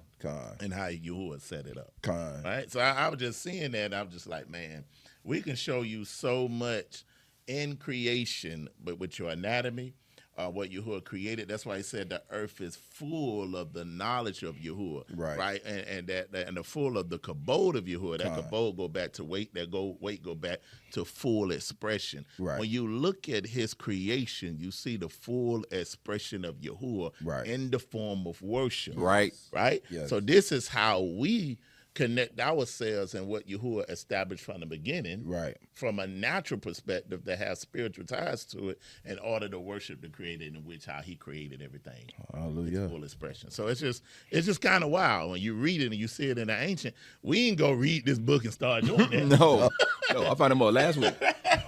Last week. Even the wheel in the middle of the wheel, right, and for the potter's wheel, in which Yahuwah actually demonstrated and used how he develops and how he creates everything that he's done. He's doing it in a circle. Right. They call it the Fibonacci sequence, right? The golden ratio, right? Or the perfect ratio. The circle, the spiral is called the perfect. Your eardrum is created in the same manner. Come on, you know what I'm saying? That's wild. It reminds me of what Shaul would say about how he talks about specifically the Northern Kingdom, how they worship. It's almost like they understand worship through nature. Because this is the other thing you got to look at. We talking about these Native Americans. They didn't have no Christian missionaries. Yeah, right. Right. So how they know the name of Yahuwah? Right. Why are they calling on the Hebrew name of a Hebrew Elul without any kind of influence from anybody in any kind of way? Which it shows you who they really are. But also you see some people on the continent doing what? The same thing. Right. So that show you that the connection between any of our people that's been indigenous and haven't been colonized or affected by Western European powers, you're going to start seeing the name Yah some kind of way, Right. or Yahuwah some kind of way Right. in the context. Even if people talking about, even the word Yahweh, which is a corruption of the word Yahuwah. Right. So it's like you see that, and I don't know why people don't understand that this is really the sign of who these people really were. God. How did how could these people know this stuff without any type of external influence? Right. Right. So we look at this, but let's listen. This quote blew me away again, because I was like, man, this is exactly what we've been doing. Right. It says in another circle, so it's 2 circles. There you go, right there. There you go. Man. He sings ho ho, which is repeated by religious procession. In other words, they start shouting. Again, if you look up shout circle, something similar to that the Gullah Geechee do, right? Till they finish that circle. Another round he repeats he in a manner of regular notes and keeping the same time in the dance. Another circle continues a like manner, repeating the word wah, making the whole divine name Yahuwah or Yahuwah, right? This way he spell it, but it's Yahuwah, right? It says after this is finished, it takes a considerable time. They begin to go in the fresh round, singing ha, le, lu, ya. In like manner, frequently the whole train strikes up hallelujah, hallelujah, hallelujah, hallelujah with great earnestness, fervor, and joy, which each strikes the ground with the right foot and then the left alternatively. Very what? Quick. Very quickly, but well timed. That's crazy. Then a kind of hollow sounding drum joins the sacred choir. Wow. Which excites the old female singers to chant forth their grateful hymns and praises to the divine spirit and redouble their quick, joyful steps in imitation of their leader, the beloved men at their head. This appears to be similar to the dances of the Hebrews. How you know that? Man. Who do that? Who do that? Who do that, man? Who do that? Who go left to right while the drum is going on? They worship in the midst of the circle and dancing as they go forth and shouting. Man. Who does that? Wow. This appears to be very similar to the dances of the Hebrews. Come on. And we may not reasonably suppose that formerly understood the Psalms and hymns, at least those that begin or end with hallelujah. Otherwise, how it comes to pass that all the inhabitants of the extensive regions of North and South America and have retained these expressive Hebrew words and repeat them so distinctly after applying them after the manner of the Hebrews in their religious acclamations. This is wild. On other religious occasions, at their feast of love, so they got feast they be keeping. Listen, they sing Aleyo and Aleyo, which is divine name attributed by the omnipotence. They likewise sing Hiwa, which is the immortal soul drawn from this essential divine name, deriving its faculties for Yahuwah, right, or Yohiwa. These words of their religious dances, they never repeat at any other time, which was contributed to the loss of their meaning. It was believed they have grown so corrupt and now understand either the spiritual or literal meaning of what they're saying any farther than the illusion by the great spirit. Listen what he says then. In circuitous dances, right, they frequently sing on a bass key, Aluhi, Aluhi, Alua, Alua. Also Shilu, Shiluhi, Shiluhi, Shilua, Shilua, Shiluha, Shuluha. They transpose this in several ways, but every time the notes, these terminations make up the 4-letter Ha, is a note of gladness and joy. So I got some more stuff on this book. This book is wild because the next one they start talking about, they say Yahusha. Wow. He goes on, and this is the book from the 1800s. But we see all the context of the name, the circular dances. Most of the time it'd be around a fire, right? Going back to your wheel in the middle of the wheel. Then you got the people that's praying or declaring. You got the drummers and all this other stuff. So he's seeing that this stuff was directly associated with these Native Americans. Let's go to the next slide. So, right, so let's look at some more about these Native Americans, right? So this is in Mexico. So you know that's Central America, right? It says the almost extinction of the original Negroes. Say what now? Wow. Say what now? The almost extinction of the original Negroes during the time of the Spanish conquest. Wow. And the memories of them in the most ancient traditions induce us to believe that the Negroes were the first inhabitants of Mexico. The who? The Negroes. The Negroes. The Negroes were the first inhabitants of Mexico. Wow. And when was the first time they showed us on television in Mexico? 2015. Right. Right. The first president of Mexico was a Negro. They got a big old statue of him. Yes. And then who knows that? Who knows that in America? You think the Mexicans gonna tell you that? I don't even know if they know that. Is this things called the caste system that was happening in Mexico or in parts of I don't know if it's Mexico or Brazil, South America. Yeah. But the caste system, at the top of the caste system was Negroes because it was all the Spanish and Portuguese, which were actually the real Spanish and Portuguese, not the German invaders that took over that territory. Right. Were Negroes. But this is from anthropologists and ethnologists, the founder of the McCohen, I guess, Museum of Mexico. This, you got the source, we just read it. It says he founded the Museo Mexicano Museum in Morelia, Mexico, right? He published extensively on indigenous and mestizo populations of Mexico, including ethnographic, linguistic, and anthropological studies. So it shows you that this man is, so it says, however, the exact wording in the image, right, the extinction of Negroes not appear in the most acceptable published works. Because I was searching it out. This is what they told me. It seems to be a paraphrase, a translation of Leon's 20th century writings in Spanish, right? Particularly those that argue that the remnants of African populations were present in Mexico before the Spanish conquest, and that they left a trace in Mexican traditions, right? So let's get going. All right, so let's talk about the Olmecs. The Olmecs were the oldest civilization in Americas that we know about. So it says, and this is a quote that talks about this: Black history in America did not start with slavery. The Olmec tribe is the oldest civilization in America. Archaeologists name them the Olmecs, meaning rubber people, because they were the first people they found that made rubber soles for their shoes and played games with a rubber ball. So by the way, there's a game that's similar to basketball. It's like a combination between basketball and soccer that they would play during that time period. And this is the reason why I'm talking about they was well made or they was athletic. Like some of them talk about how the Indians and the Carolina Coast, another quote from them, talking about how fast and athletic they were. They were now originally they said they were initially the Dogon tribe who migrated here from Mali, Northwest Africa around 1000 BC. Now again, we know that I wouldn't specifically say there was a Dogon tribe because there was multiple advents of Africans coming to America before any other group did, and the Olmecs are the oldest group. But we know that historically, when they trace it back, they ethnological descent, they bring them back to West Africans. The Olmecs were the first to settle in Mexico and are known as the colossal head sculptures. Each colossal head is about 9 feet tall, weighs 24 tons, and carved out of one piece of rock. These heads were found throughout all of North and South America. So these people could not be that primitive. If you're that primitive back then, how, like right now, I'm gonna give you a knife. You go do that. Go do that. Go random Negro in the street. Go get a 2-ton piece of rock and carve that out. Right? And then create massive facilities and infrastructures and pyramids and all that kind of stuff on top of it. These were not a primitive people. Right?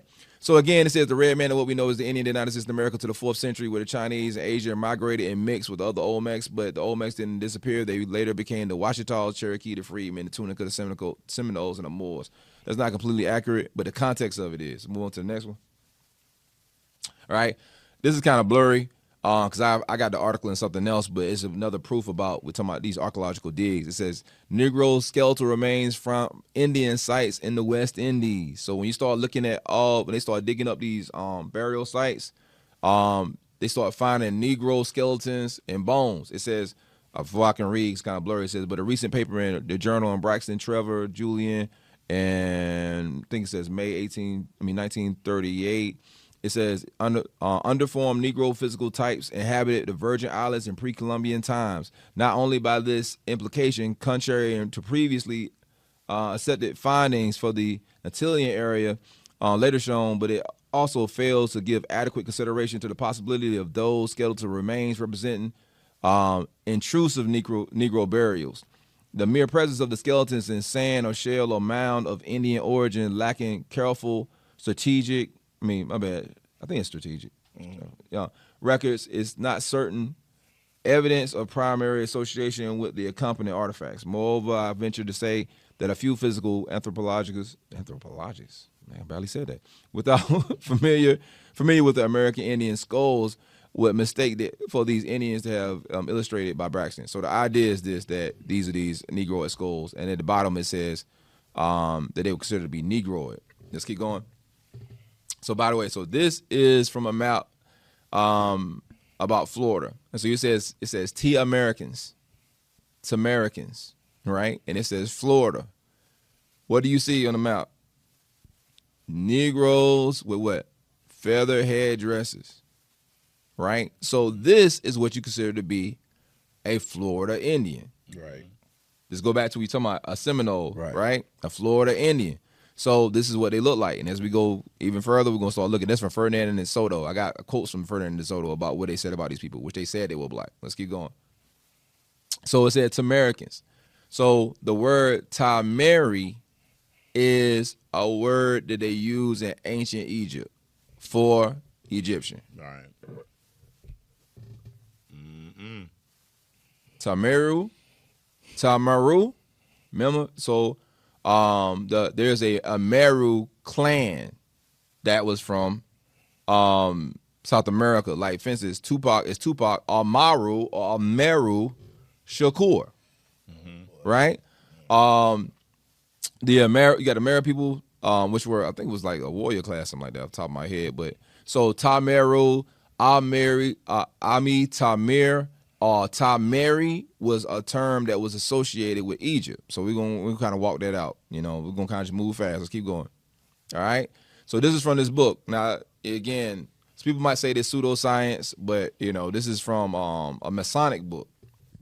So this is what it might not be what your professor tell you, but this is what your Freemason that own everything you own to believe about America, right? Because it's from their book. Signs and Symbols of the Primordial Man, the Evolution of Religious Doctrines from the Eschatology of the Ancient Egyptians, right? Author Dr. Albert Churchward, publication of London, George Allen Company, 1910. This is what he said. America, which they believe to be Atlantis also, as the curtain which has been hitherto concealed from the prehistoric connection between the peoples of ancient Egypt and of America, is lifted. It will now be seen that the people of the eagle of the Nile being descended from the original people of the eagle that's on this continent. The twain are one, and that the prehistoric America was the original Egypt or eagle land prior to the mighty dispensation in the days of Peleg. Wow. When the earth was divided and the great globe separated into continents. That's interesting. So remember now, so if you put America and you attach America to Africa, America would have been West Africa. Wow. Right? So again, and we look into the context of the eagle and the eagle going back to the falcon in Egyptian symbolism. So America is the land of the eagle, go back to the land of the falcon. It's even on your money and everything that you see. Then you have all these territories like Memphis and all this other stuff that are tied into it that's similar. Even you got the Mississippi, which is similar to the Nile in the context of location. So again, now this is a book from the early 1900s from this Masonic order. But the context is that when you look at this, you're gonna see all the connections, and you're gonna see the books that's even saying it. Tamari, Egypt. Like, you got maps and calling it Tamari, which is another name for what? Egypt. The black people that was on these maps were called Tamaricans. Go back to the slide. Go back one more time. Man. Tamaricans. Americans. Wow. Tamaricans or Egyptians. So again, he's talking about from the time of Peleg. This is what we talking about before. So the time of Peleg would have been the time the great. After that, the great earthquake happened. It says then the land was divided. This would have divided America from Africa. So like now we don't have to we have to like fight with the outer Africa theory, because we can see during the time of Pangea, supposedly these continents probably were connected, and it still looked like it was removed from it. So primordial man would have still came from Africa, but after the split of these two continents, you will see that you'll see one place have remnants or similarities to the other place. So for instance, we're gonna talk about how America has pyramids all over the two parts of the continent. Which, I mean, even in North America, there was these burial mounds and all that kind of stuff. It might not have been your step pyramids or your ziggurats, but they're all over the continent. And then some of these pyramids that are in South America are the largest pyramids in the world. That's right. So, and they also the oldest pyramids in the world. So all this stuff points to or leans in on the context of this being Egypt. Now, listen, I remember that it's like Shalit said, Egypt never called itself Egypt. Right. Yeah. So, Egypt come from the word Egyptos, or Egyptos was the word Egyptos, which means burnt face. Right. It's so the context is that they never called themselves that. They called themselves Kemet. And it's nothing for a place to have two territories. Right. Right? America annexed Hawaii and said it's America. Right. Right? In Puerto Rico. It said it's America. So we're not making an argument that the place of we currently know of Egypt is not a Egyptian settlement. What we're trying to tell you is that there's it's possible that this place had two different settlements. Right. So anyway, this is what we're talking about. So let's keep going. So anyway, there's another book. It's Queen Mu and the Egyptian Sphinx. It's by this author named Augustus L. Pelungian, I guess. It says, after correlating all the data has been made public to the present time, that the conclusion is unavoidable that the oldest civilization in the Yucatan in Central America. Future discoveries may change its conclusion. It seems like Egypt was first peopled by immigrants from the Yucatan. That's crazy. Egypt. So the idea is that the Yucatan Peninsula and Egypt has a connection with descendants, and of course it is, because you gotta understand that. For one, we look at the context of the Moors, and this Moors is it's a bigger subject, but the word Moor has been passed around so much that you don't necessarily know what group it is. All you know is it's like a homogenous group between people that was from Mauritania, people that was from Morocco. Moor was even a term that was used for Native Americans and also for Negroes that were like in Southern Europe. So when you look at that, you can't really pin down one specific people if you're talking about Moors. It's like, again, it's almost like a coalition of black people, right? So, but all these things was connected with that. Even when you go look at the Aztecs, the writers of white people, when they researched the Aztecs, it says they dressed in the Moorish habit. That's the direct quote from them. They dressed in the Moorish habit. So it seemed, though, even this guy, this researcher about the Yucatan Peninsula, he was saying that he believed that the Yucatan Peninsula was populated by Egyptians. So what you gonna find in the Yucatan Peninsula? Pyramids. So how is this a far-fetched conclusion? Let's keep going. Now let's get into this stuff. Like, you see this man right here, right? That's Africa, right? No. This is what it says now. Publication, costumes, and different pays, it says, are related to the plate series, sometimes bound in the voyage of Pittoresque, author Demond. It said publisher Ches L'Auteur Rue Nesses Paris. These names, I don't do French names. Anyway, it says is a copper-plated engraving. It says the caption in French. Now listen now. So the French that told you who the Yehudi is. Remember the first thing we saw was who the people of Judah were. Right. Wow. Right. So this is another French representation. The translation says the wild man of Native America. The wild man of Native America. So these are the people that was going around the fire saying Yahuwah, Yahuwah, hallelujah, hallelujah. It's these people. These are the natives that of America, right? It says there's no longer a descriptive paragraph of the plate itself, just the ethnographic title under it, following the convention of time.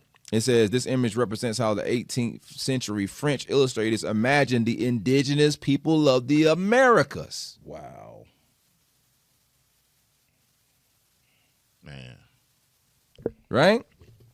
So listen, also, I didn't get into this too deep, but, you know, when we first came to the walk, this is one thing me and Chief heard immediately. This is the reason why when you go to the camps, they have the 12 tribes chart. Right. Because there's a prophecy in Esdras that says that after they returned from the northern kingdom, came back from the Assyrian captivity, it says that they look for a place where they can practice and worship in Yahuwah where no man has dwelt. Right. So it says the idea is that they cross over to this place called Azareth. Now there's much debate about that because some people believe they got found maps and stuff that prove that Azareth was America. Other people say that it was parts of North Africa, or Northwest Africa.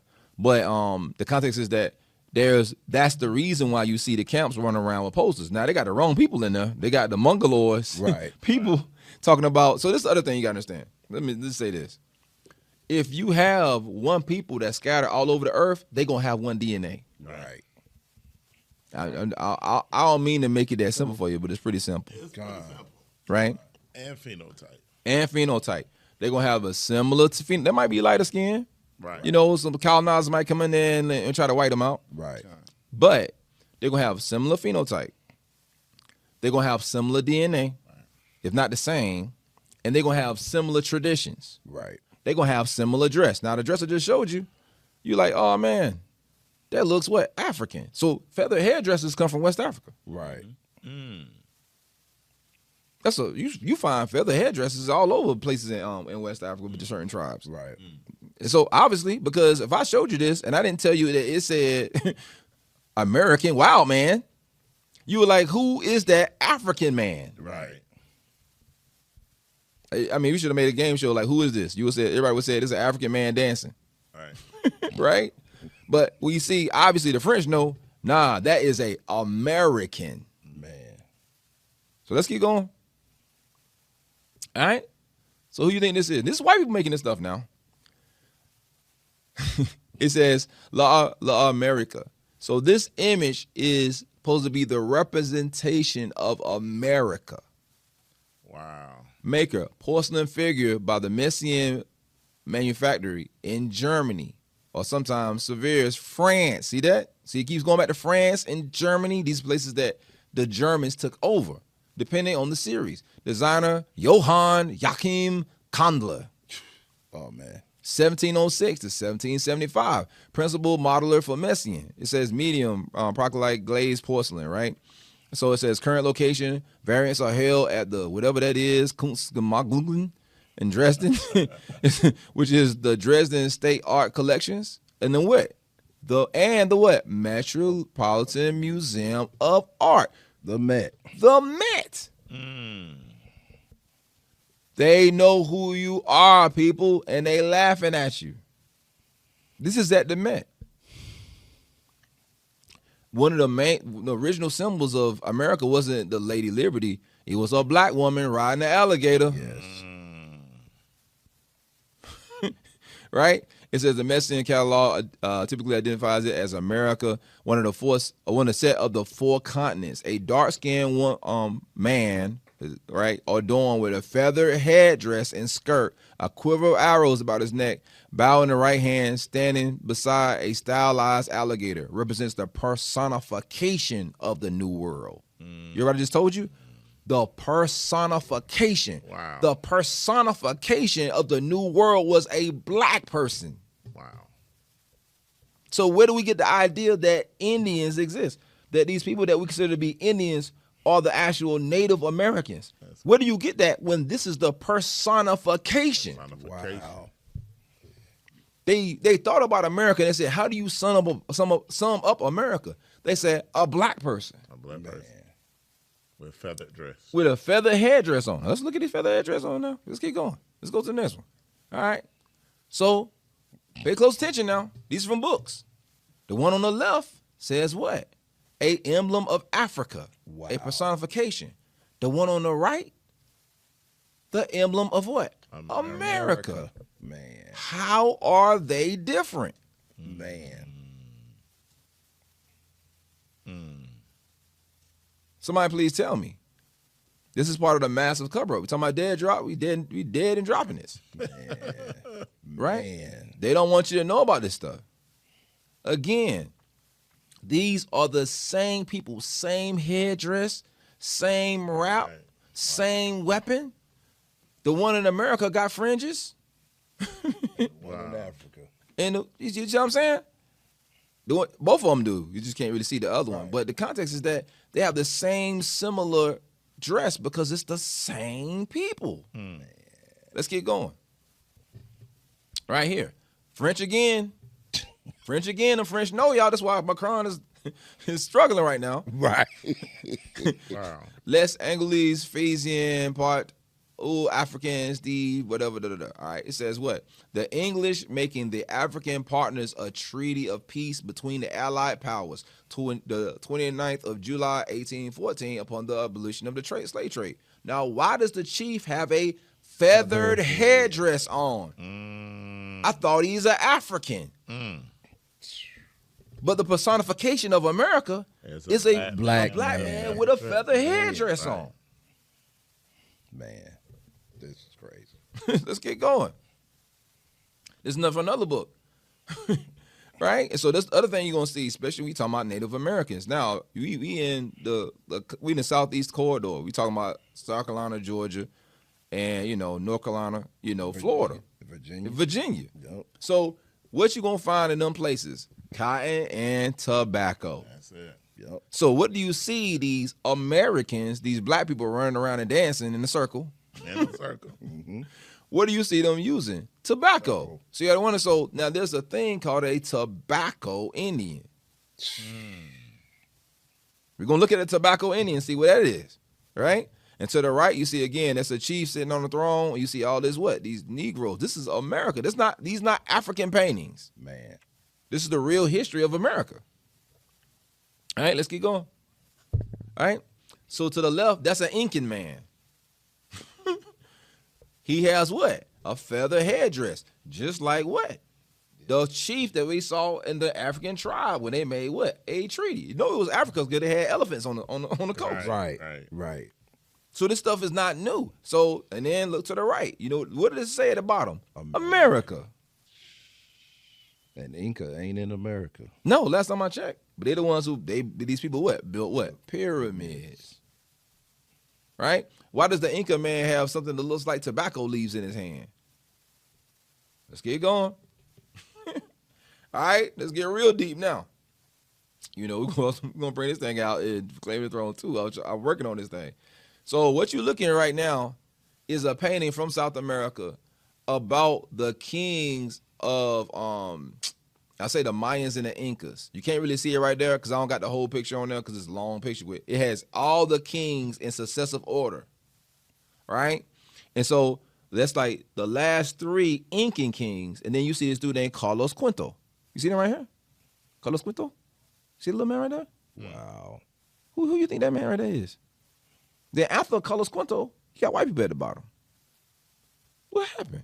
Wow. You see 4 Negro-looking Indians with long hair, and then you see a Negro right there with a cross and a crown on. This crown is different than the rest of them. The rest of them are Incan kings. You want to know why? Because he's a Spanish king.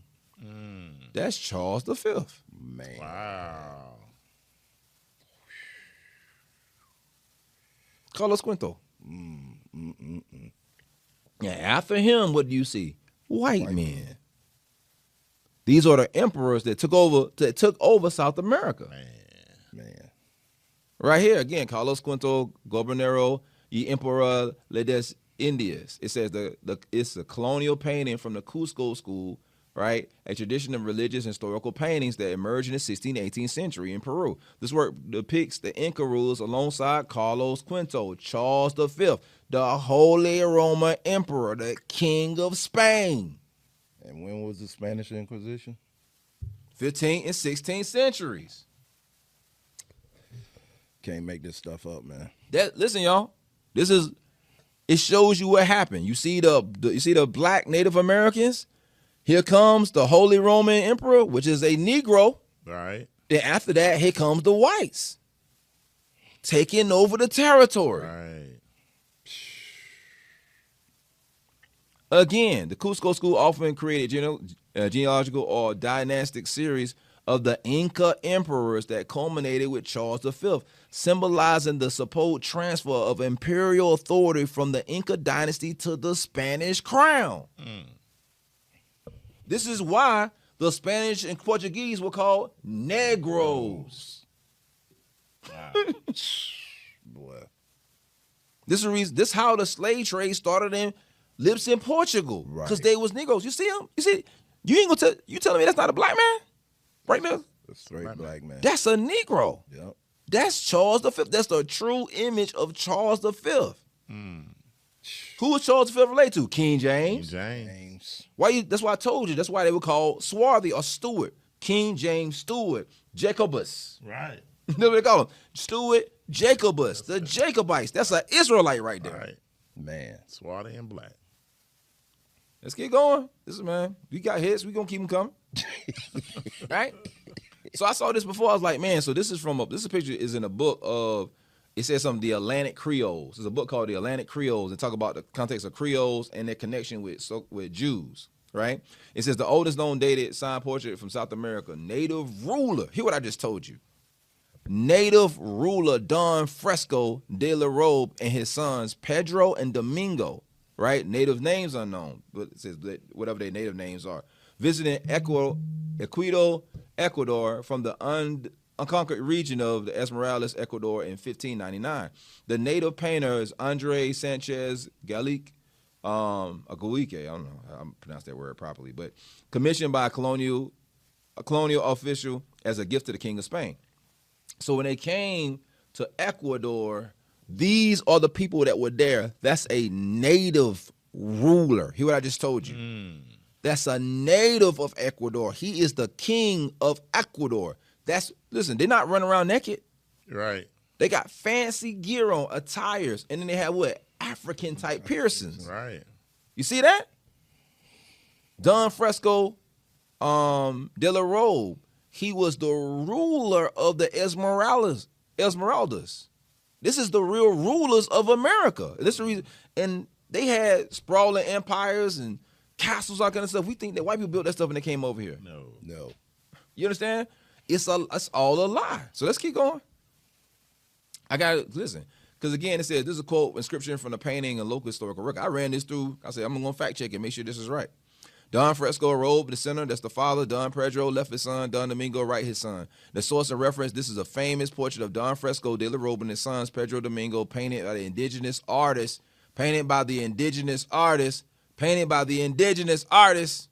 It's from their own people. Andre Sanchez Galique, commissioned by Quito, audiences of Quito, modern Ecuador, by colonial officers, is a gift to King Philip III of Spain. So this is why when listen, remember, where did Christopher Columbus come from? Spain. And preserved still in Madrid, Spain to this day. Yes. So these are the people. This is what the people look like. We saw Charles V and all the rest of them. These are what these people look like. And this is what Christopher Columbus looked like. This is what the people that was on the ship looked like. And when they came over, they came over here with the idea looking for these Hebrews. Right. Right? And also, of course, we know about slavery and the conquest and all that kind of stuff. Because they also saw them as, a territory that they're going to conquer. We get caught up on good guys and bad guys. We don't want to look at the truth. Right. Like we just talked about earlier. Even the context of the first slave owner in America was a black man. Right. Anthony Johnson, you go look it up. Because the context is that in America during that time, you had all these you had blacks that already came over because the Spaniards came over. Who were the Spaniards? They was Negroes. Right. And they came over here for what? Religious freedom. Mm-hmm. You keep hearing the context of religious freedom, but who was the people who needed religious freedom? It was Negroes. Right. Because they was persecuted, because most of them were either Muslims, right, or they was Yehudis. Right. And Muslim is a religion, Yehudi is ethnicity. Right. So most of them were just Yehudis. Right. Who practice Islam. Right. Right. And then they was forced to convert into Christianity, so a lot of them became what they call mestizos, or what you call that, Moranos, and what they call crypto Jews, like secretly practicing the ancient stuff, but also presenting as a Christian. Right. So anyway, let's keep going.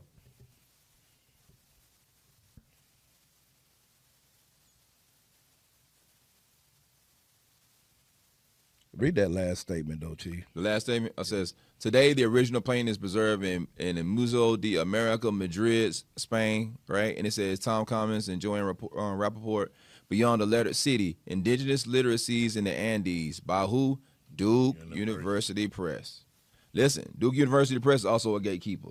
That whole stuff with that map that man, I forget the guy name that wrote with all the different places where the Hebrew tribes were in West Africa. He got videos to this day of where he said he found the people. Right. That he was like the lost tribes, and he said, we are not the lost. Right. We are the people. Right. But that guy was from Duke University. Man. It says, which discusses the portrait as a rare example of what? Check this out. Afro-Indigenous elite. I said elite representation in early colonial South America. Man. They were the elite in this country. You hear me? And don't forget to look at that part where it says scholarly reference. Yes. So this ain't no rabbit, no theory being pulled out the hat. Man, this is truth right here in your face. Right?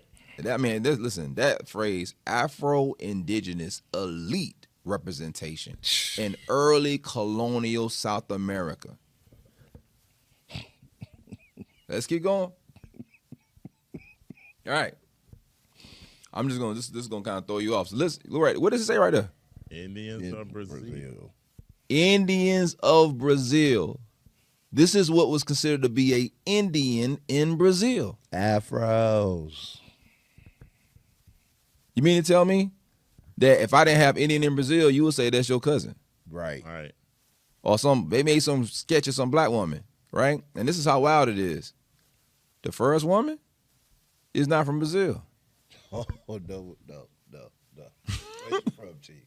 Where's she from? Africa? Yemen. Wow.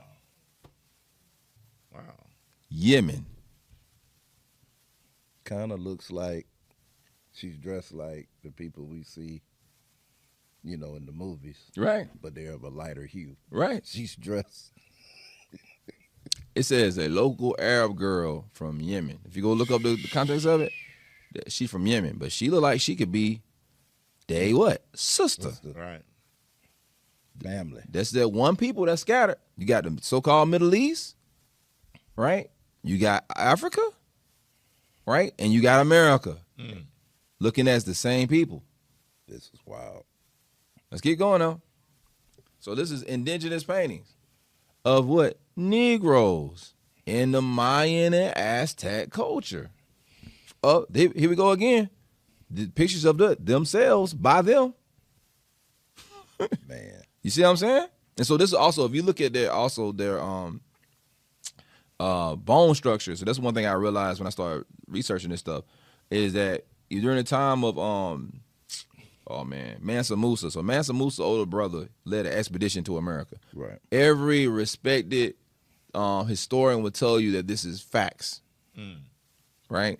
Mansa Musa's older brother led an expedition to America. I think 2,000 ships from Chad, and then came to America and basically colonized South America before any European ever came to America. All right, so in the context is that it was so much that when the conquistadors came, they said they came to Montezuma or something. They asked Montezuma about, basically how everything was set up. He said that people came from across the water. He said they had a king with him.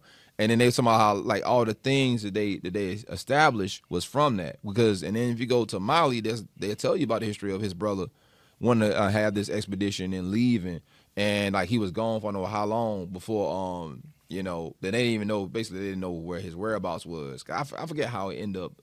His final stance was, I don't know if like he went missing after that or something like that. But the people, when the historians had asked Montezuma about it, who also, I got an image of Montezuma, was a black man. He talked about how these people came from across the water. And then there's this story about, and one day we'll talk about this, that there was always this whole colonization of America because they say that there's these jet streams that go directly from West Africa to America and back. And they said that that's how the original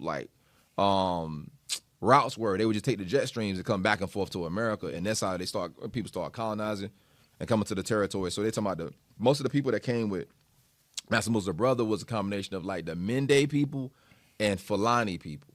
Oh, okay. So when you look at ancient Aztecs, they really look Fulani, right? And you see like the high cheekbones, the light skin. So you see that a lot.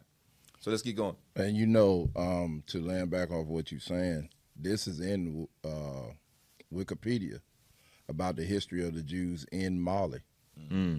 And what they said they are, the history of the Jews in Mali dates back to the 8th century CE. Today, around 1,000 descendants of Jews live in Mali, mostly near Timbuktu. Remember? And it says the Jewish history of Mali begins in the 8th century when multilingual African Jewish Rahavanites first settled in Timbuktu in the Songhai Empire. So these people, these Mali, his brother, his people, took these ships and colonized America.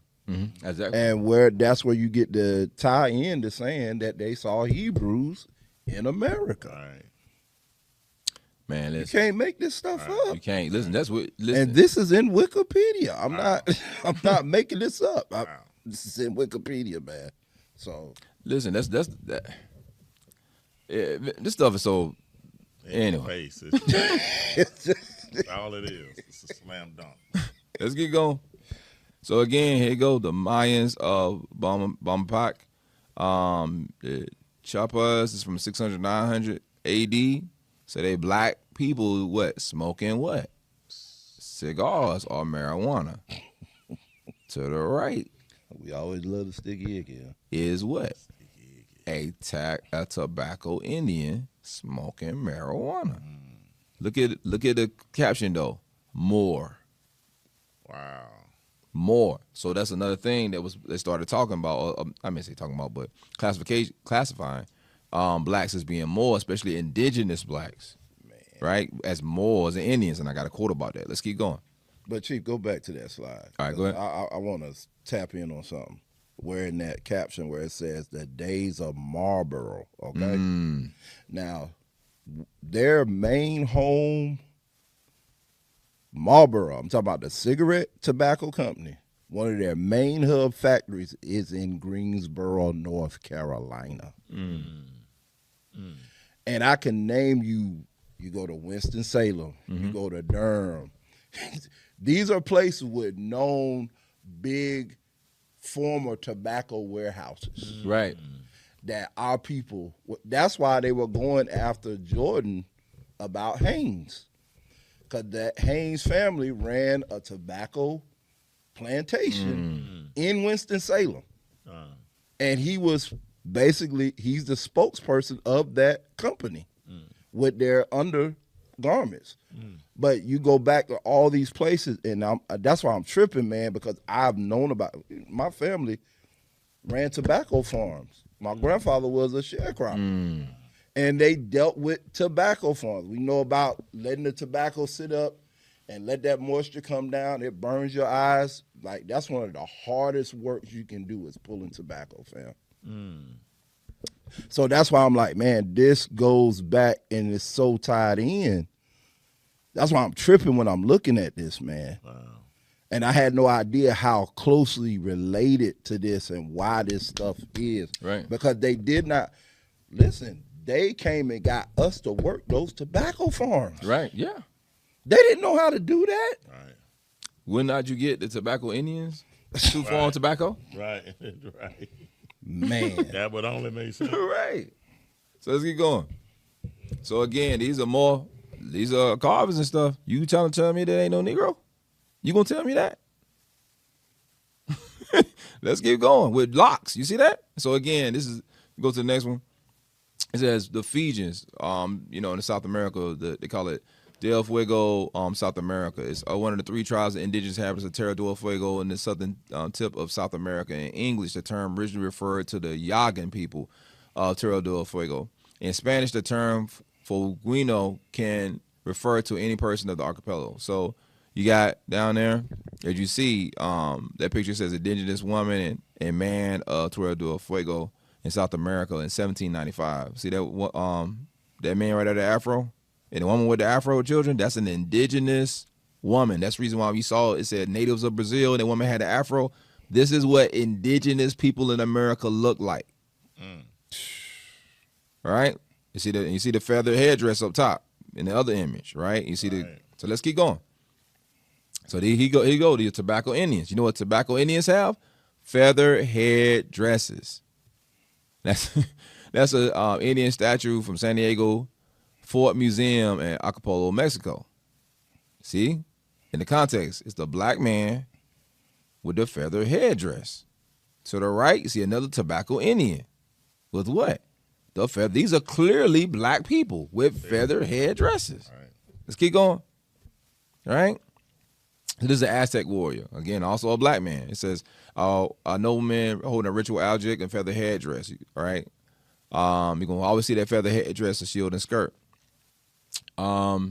It's from the Codex Terrellino Reminis, mid-16th century. So this is in 16th century. These are the people that was in Mexico. Let's keep going. All right, more what? Tobacco Indians. You see this right here? Best in Virginia. Man, these are not Africans. See this? These are not slaves. What slaves? What slaves have we ever seen in America running around with feather headdresses? So-called tobacco Indians. Let's keep going. Again, Barrett's Old Tobacco, you're going to see what? Negroes with feather headdresses. Crazy. And to the right, the same thing, right? Negroes smoking pipes, just like we seen in the Mayan depiction, right? With tobacco. So let's keep going.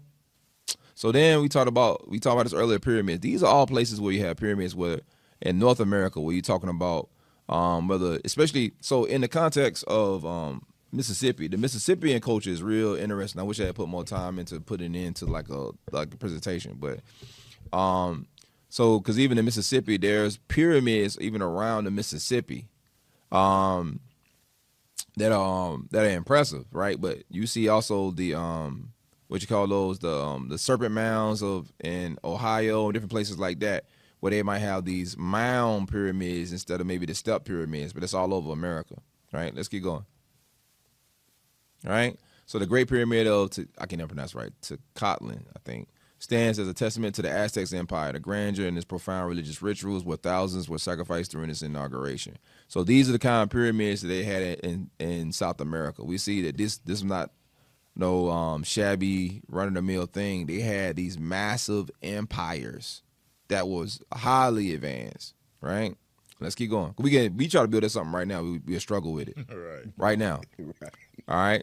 So this is the Ladanta temple. So right here to the left, that's the Pyramid of Giza. Wow. Right now, most of these temples are covered with, unless they've been excavated, with dirt and like trees and all that kind of stuff. But when you look at the context of it, the sheer size of this temple is massive, right? So again, it's bigger than the Temple of Giza, the Khafre Temple, pyramid in Egypt, and the Khufu Temple. It's like I don't know if it's the biggest one in the world. It might be the biggest one in the world, but these are where these massive structures are, and possibly these massive structures might predate these other pyramids, because remember now, the West was the old world in the context of what we seeing with the flood and all this other stuff. So this stuff could be, it's very, very peculiar when you're talking about America, and even what these temples was called. Some of these temples was called the temples of the sun, and or not the dragon, but and also connected to serpent worship. Let's keep going. Right. So now I told you about these Indians, right? These tobacco Indians with these feather headdresses that they all say, and all the reporters talk about how the fur skeletons and remains and DNA was Negroes. This is what it says in this book. We'll get the source for it later because I've got to put it in there. But it says, in regard to the contact between the two races, by which such stories could be borrowed from one another, it is not commonly known that in all southern colonies, Indian slaves were bought and sold and kept in servitude and worked in the fields side by side with Negroes up to the time of the Revolution. Wow. Not to go back to the Spanish period when such things were the order of the day. It was the norm to go to a plantation. And you're going to see Negroes and Indians serving side by side. We find that the Cherokee as early as 1693 complaining that their people were being kidnapped by slave hunters. Hundreds were captured in Tuscarora, and nearly the whole tribe, the Appalachian, were distributed as slaves. Among the Carolina colonies. Among the Carolina colonies in the early part of the 18th century, while Natchez and others shared a similar fate in Louisiana. And as late as 1776, Cherokee prisoners of war were still sold to the highest bidder for the same purpose. At one time, it was charged against the governor of South Carolina that he was provoking a general Indian war by his encouragement of slave hunts. Furthermore, as the coast tribes dwindled, they were compelled to associate and intermarry with the Negroes until they lost their identity and were classed with that of the race, and so a considerable portion of the blood of Southern Negroes is unquestionably Indian. And I can tell you about the Tuscarora because that's in the northeast North Carolina. They have the Tuscarora River. And these are people, and these people are intrinsic with what we call the Tidewater. You're talking about Hampton, Portsmouth, these southeast parts of Virginia connecting to that northeast part of North Carolina, Elizabeth City, Edenton, North Carolina, Hosky, Gates County, Bertie County, Hereford County. I know about all these areas, and we ride across. I can't tell you how many times we drive past the Tuscarora River, and we talked about. Now, listen, my peoples had a school that educated us, that taught us about the Tuscarora Indians. Right. Wow. And when you go there and look at them now, they look like mulattoes. But I'm telling you, a lot of my people in those areas, one of the first things they'll tell you is we got Indian in us. And nobody could understand where that stuff came from until I started talking to Chief. Wow. And now this stuff is glaring right in my face, man. So that's the thing, man. Listen, they play games with definitions. Like, even if you go back to the original definition of mulatto does not mean white and black. That's not what that word means. If you go look up the original meaning of it, it means, it's variants of it, but it means really people from one territory marrying another people for another territory. So, for instance, Negro Indian mixes were considered to be mulatto, but I just showed you what Indians look like. Right. You put a black person with a black person, they're gonna make a black person. One got a feather hat wrap, the other got a Mitri. They still gonna look the same when they have a child. Right, that's it. So that was the context of it. So now there were other mixes because the ideas from people from two territories. So if a white European mixes with a black American, right, or whatever, it's gonna be, But it wasn't about color. The first definition, if you go look back to mulatto, then it wasn't about color. It was about territory. Right. And so this is how you end up. Like, for instance, remember I showed you the picture of that dude that was the native ruler? Like, that book is from, it's called Native Creoles. Right. So they called him a Creole. They said he was a mulatto. How you gonna be a mulatto? He wasn't even light skinned. Right. Y'all get what I'm saying? Right. So that's the context. This is how they play games with words like swarthy, mulatto, all that kind of stuff. It's to really keep you in you know what I'm saying, darkness about what's going on. But if you know what the historical narrative was, now you know because they tell you that they were black, and now these people mixing with black people. You got to understand this too. They also talk about how people will run away from slave owners and go to go to reservations. Right. Right. How do they know how to talk to them? This is the question that Negroes never ask. Like, I want to know where all the interpreters were. Right. Now that's a great point. Can somebody please explain that to me? That's a great point. So, like, I ain't never seen no slave movie where there was an interpreter. Like, I mean, think about it. You go pick up 200 people, right? And you got to instruct them to make buildings because they allegedly don't know how to do it. You got to instruct them to farm in a place they ain't never been. How do you communicate with 200 people? How do you teach? Because you bring them and immediately put them to work. They don't speak English. Right. So, and all of that, remember, America was founded by 3 different types of people. You got the French in one place. You got the English in another place. Right. You got the Spanish in another place. And then we allegedly speak African. So now the person that's African, he's getting traded between the French and the Spanish and Portuguese. So he's a bilingual slave. Yeah. It's like, see, can they explain that? Yeah, that needs to be explained. Like, cause I was like, man, I even did some research. Like, man, it's got to be. Somebody got to have something about some interpreters because it had to be a whole interpreter movement. You would have to have an army of interpreters. Right. Because you got people that's they slaves and they allegedly stupid, but they got to learn English on the fly. So they say, oh, that's why you spoke broken English because you learned English on the fly. But also, which group was it though? Was it the ones that was brung by the Spanish Portuguese? Because then they got to learn Spanish. And then if those Spanish people, because remember the Spanish slavery only lasted for so long, and then we went into English slavery, did they teach them then learn how to speak English when you only knew how to speak Spanish? Because people that learn to speak Spanish right now in America don't know how to speak English. Right. You go to Walmart, they can't speak English. Right. You know what I'm saying? Right. They had amigo and hermano using Google Translate so you can get some gas. Yeah, so the phone. Right.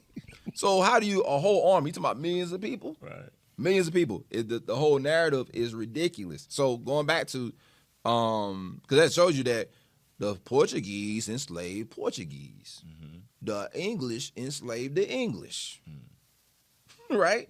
The French enslaved the French. I'm telling you, that's a whole nother story. But going back to that, let's go back to that slide.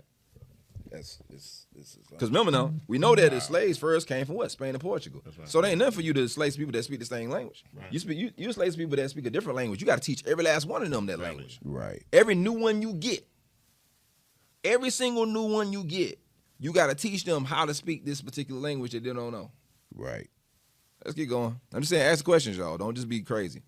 So again, Virginia passed the 2 acts in 1682 that combined Native Americans and Africans into one category as Negroes. So that's what happened. When you talk about the ones that came from England, they were the indentured servants. You got the Native Americans, right, that was already here. Mm-hmm. And then the ones who came from Spain and Portugal, rather to Brazil and all that, or the children that got brought to the slave coast and became the slave population in the slave coast. But all them people eventually got classified into one name. So that's the one thing we was in the walk. We was like, why we got all these different names? Because it was different phases, right? So we went from just being for being Negroes, right, to being niggas, to being African Americans, right? So because most of the time around the time they changed the name, there's some new legislation. So Negro became the general classification. Then after that, it became colored. Why they started dealing with colored? Because you had Negroes, Native Americans that someone was considered to be colored. Then you had the so-called mulatto status, and then you had certain people that came. Benai had brought this out. A lot of Irish and Scots was called colored until a certain census. Then they changed them to be white. So it's a whole thing about them playing. With definitions. So what was the race that they put on your birth certificate? Oh, when I was a child? Mm-hmm. Black. I can show you mine says Negro. Wow. Yeah. My birth certificate on race says Negro. And like I told you, it's a unheralded connection of the area where my parents are from in North Carolina and Virginia. Mm-hmm. It's like a marriage made in heaven. Right. And that's why I'm saying, man, this stuff is actual facts, man. Right. And I'm like, and I was born in 1975, but my classification on my birth certificate, and I will show you, says Negro. Yeah. So let's keep going. All right. So it's a guy that I love his books, David McRitchie. It's called, and the book's called Ancient and Modern Britons, right? And the picture says in 1776, the native races of New England were spoken of indifferently, so that means interchangeably, as Indians and Moors. By British Indians are also remembered as Moors, because what we're going to show you is that because a lot of Native Americans were brought to Europe. When they got brought to Europe, they called them Moors. They didn't call them Indians. Right. So you see all these statues of these Negroes with feather headdresses, and they call them Moors because they knew about the other Moors that ruled England, and they were similar looking. But Gotcha. that's why you see one will have a mitre, and the other one will have what? A feather headdress. So it says, the text, image is referencing David McRitchie's book, Ancient and Modern Britons. From the quote of the book on page 374, the Ancient and Modern Britons, Ritchie writes, in 1676, the native races of New England were spoken of differently as Indians and Moors, and British Indians also remembered as Moors. And you get the source of it. At the bottom it says, this work explores folklore, traditions, early historical accounts, suggesting that the population described as Moors, Indians, and other terms were often interchangeable in older British colonial writings. And this is why, again, right there you see one man got a mitre, other man got what? Headdress, right? One woman got beads and stuff and feather headdress. The other one has what? Some type of wrap on her head, right? Holding a crown. Both of these are rulers in their different places. One of them is a ruler that would come out of Europe. The other one is a ruler that ruled in America, because we were ruling in some of these places. We was ruling in Spain and Portugal until the curses hit, Right. and we got brung down to nothing. And so this is the reason why your friend is telling you, hey, we Moors, we were kings and queens, all that kind of stuff. Because America at one point in time was that. And this is going back to one of the biggest mysteries that I ain't about to try to all unpack right now. But even if you look up the word America is tied into Morocco. Who's in Morocco? The Moors, right? The ancient pronunciation of Morocco was like Amuyaka. So if you look at the context of that in Mauritania, so it's this weird side note to America, and this is what all Moors talk about, and it's true. Right? America, in its inception, also now, Amur Raka. Remember now, Abraham said what? 400 years, the iniquity of who? The Amorites. The Amorites. So that word Amur Yaka is the same Hebrew word Amur that's used in the prophecy. So it says the iniquity of the Amors, and in both contexts, if you're talking about the ancient pronunciation of Morocco or the Hebrew word Amorite, both of them mean Westerner. Both of them has a connection to the West. So why is that important? You're talking about just words. Well, when 1776, when America became a nation, no country in the world recognized them as being a nation. And America did not become officially a nation until Morocco recognized them as a nation.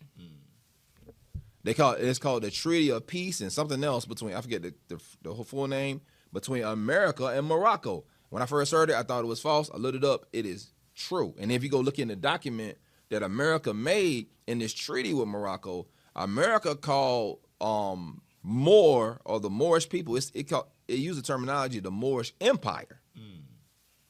Wow. Empire. Wow. So if you're an empire, that means you are governed lands outside of your home territory. Right. So that shows you that Morocco, which is definitely connected with Moorish connection, Mauritania Moorish connection, but some kind of way America was also connected with Moors. So you see these imagery of these people with hairdresses that look like kings and queens and all this other stuff, and then it's telling you that Indian and Moor was interchangeable. Yeah. Just like how Egypt right now and Kush are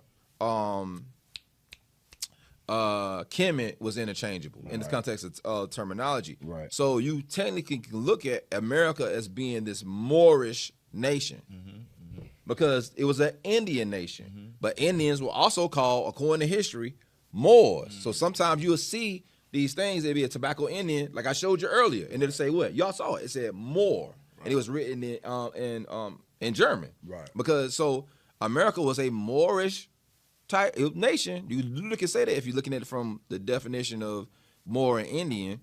And then it couldn't become officially a nation until Morocco, which is run by the Moors, said it was.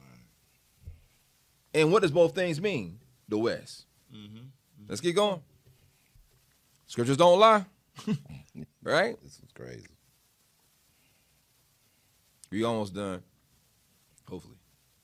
All right. So again, this is a painting from the Yamasee War, right? That's the Yamasee Indians. I'm just gonna start moving fast, right? What do you see? Negroes warring against the Dutch. This is the Yamasee Indians, right? That's a painting of it. Let's keep going, right? So again, we talk about the hero origin. William Penn, the founder of Pennsylvania. He had a bunch of interesting quotes, right? William Penn believed that these Indians were the Israelites, right? So Ivy again, League school. I'm trying to read as fast as I can. William Penn gave the clue to many subsequent biblical scholars in declaring that he had found in the American Indians the lost tribes of Israel. The superficial resemblance between the two peoples was so striking that he had to say, when I looked at the children, I imagined myself in the Jewish quarter of London. So what did the Jewish quarter of London look like? Can we see what the images look? Right. What was the Jewish quarter of London called? The ghetto. The ghettos. The Jewish quarter of London was called the ghetto. So, again, this is William Penn, the founder of Pennsylvania. He says the superficial resemblance between the two people, who? Indians and Jews, It's crazy. was so striking. So he's seeing these black people running around. He said they look just like Jews. Wow. He was to say, when I looked at their children, I imagined myself in the Jewish quarter of London. He says, when I looked at them, I imagined I was in the hood. Wow. In the ghetto. In the ghetto. That's what he said. That's what it was called. The Reverend J. Wesley Annis says in Zion's Herald in Boston as late as 1889 that the well-informed representative of the Moski tribe, the question concerning the legends of his people replied, they are all in the Old Testament, all of their traditions. Read them there without the trouble of taking them down from our own people. Corroborative in this is the testament of Dr. W. Warren in the history of I can't see it from here, but the nation in response to the parts of the Bible which he translated for his people, that they say this book must be true. For the ancestors have told us the same stories for generations. He's talking about when he read the scriptures, this guy, he says the ancestors had told him the same stories when he read the scriptures. The theory has presented and is not new. The Jewish encyclopedia, given the substance of it without pronouncing upon it its credibility. The writer meets the objection to the theory based on the great distance between the inhabitants of the two peoples by citing the book of Esdras. Come on, man.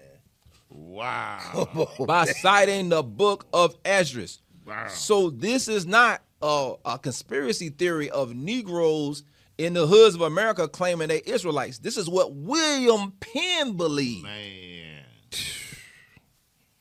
The founder of Pennsylvania believed that Negroes. Wow. You gotta go back to that. You gotta go back to that. That these Indians that he claimed look just like them Jews that's in London, which we just saw, all the imagery of them were black. That's a dagger, though. That's a dagger. Right? He believed that they came here based on the writing of the book of Esdras. What did it say in the book of Esdras? That the northern kingdom crossed over to a land uninhabited to dwell there to practice their customs. This is what it says. Let me read you. They affirmed that after the captivity of the Hebrews, resolved to separate themselves from the heathen, seek to a spot where they might religiously observe their law, for the violation of which they had been so severely punished. According to, he reports that they have migrated to a country which was uninhabited and so far distant that they journeyed for a year and a half or even more. This theory is further supported by the writings of famous Manasseh ben Israel, who tell us that America and Asia, now separated by the Bering Strait, formerly one continent, and that during this early period, these Hebrews penetrated into America by land. Adding to these statements is the fact that the Indian legends all affirm that their ancestors came into the country from the northwest and who seem to have connecting links between the chain of our evidence. So again, they point to Ezra's, William Penn. So this also is the dagger about who was actually in London at the time. That shows you it wasn't no Ashkenazi Jews. Ain't no Ashkenazi Jews look like no Negro. Right. No. Right?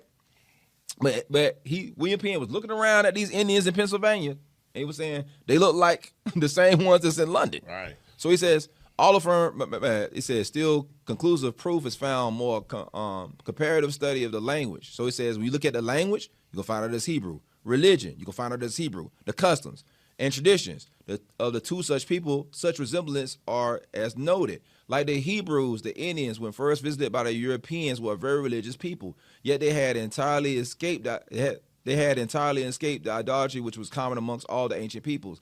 They acknowledged but one God, the Great Spirit, which by the name he was known as All. The old Hebrew name for God. So they didn't know nothing about God. All they knew about was All. These are all. In their dances, they heard to say distinctly, hallelujah, to praise Yah. So you mean to tell me, we just found out about Yah 8 years ago. Right. Psalm 68 and 4. so you tell me William Penn knew about this. William Penn ain't saying nothing, so they just took Yah out the Bible, took Yahuwah out the Bible, took all this stuff. They knew all this stuff this whole time and covered it up and didn't tell us nothing. Right. And told us to start calling on Jesus and God. Right. And Lord. They kept annual feasts which resembled those of the Mosaic rituals. They performed morning and evening sacrifices. They offered their first fruits to the Lord. They practiced the rite of circumcision. They celebrated a feast like that of tabernacles. Man. They had a city of refuge, which even a murderer might flee to and be safe. Come on, man. Come on, man. Come on, man. Oh, that's torn up. Come on, man.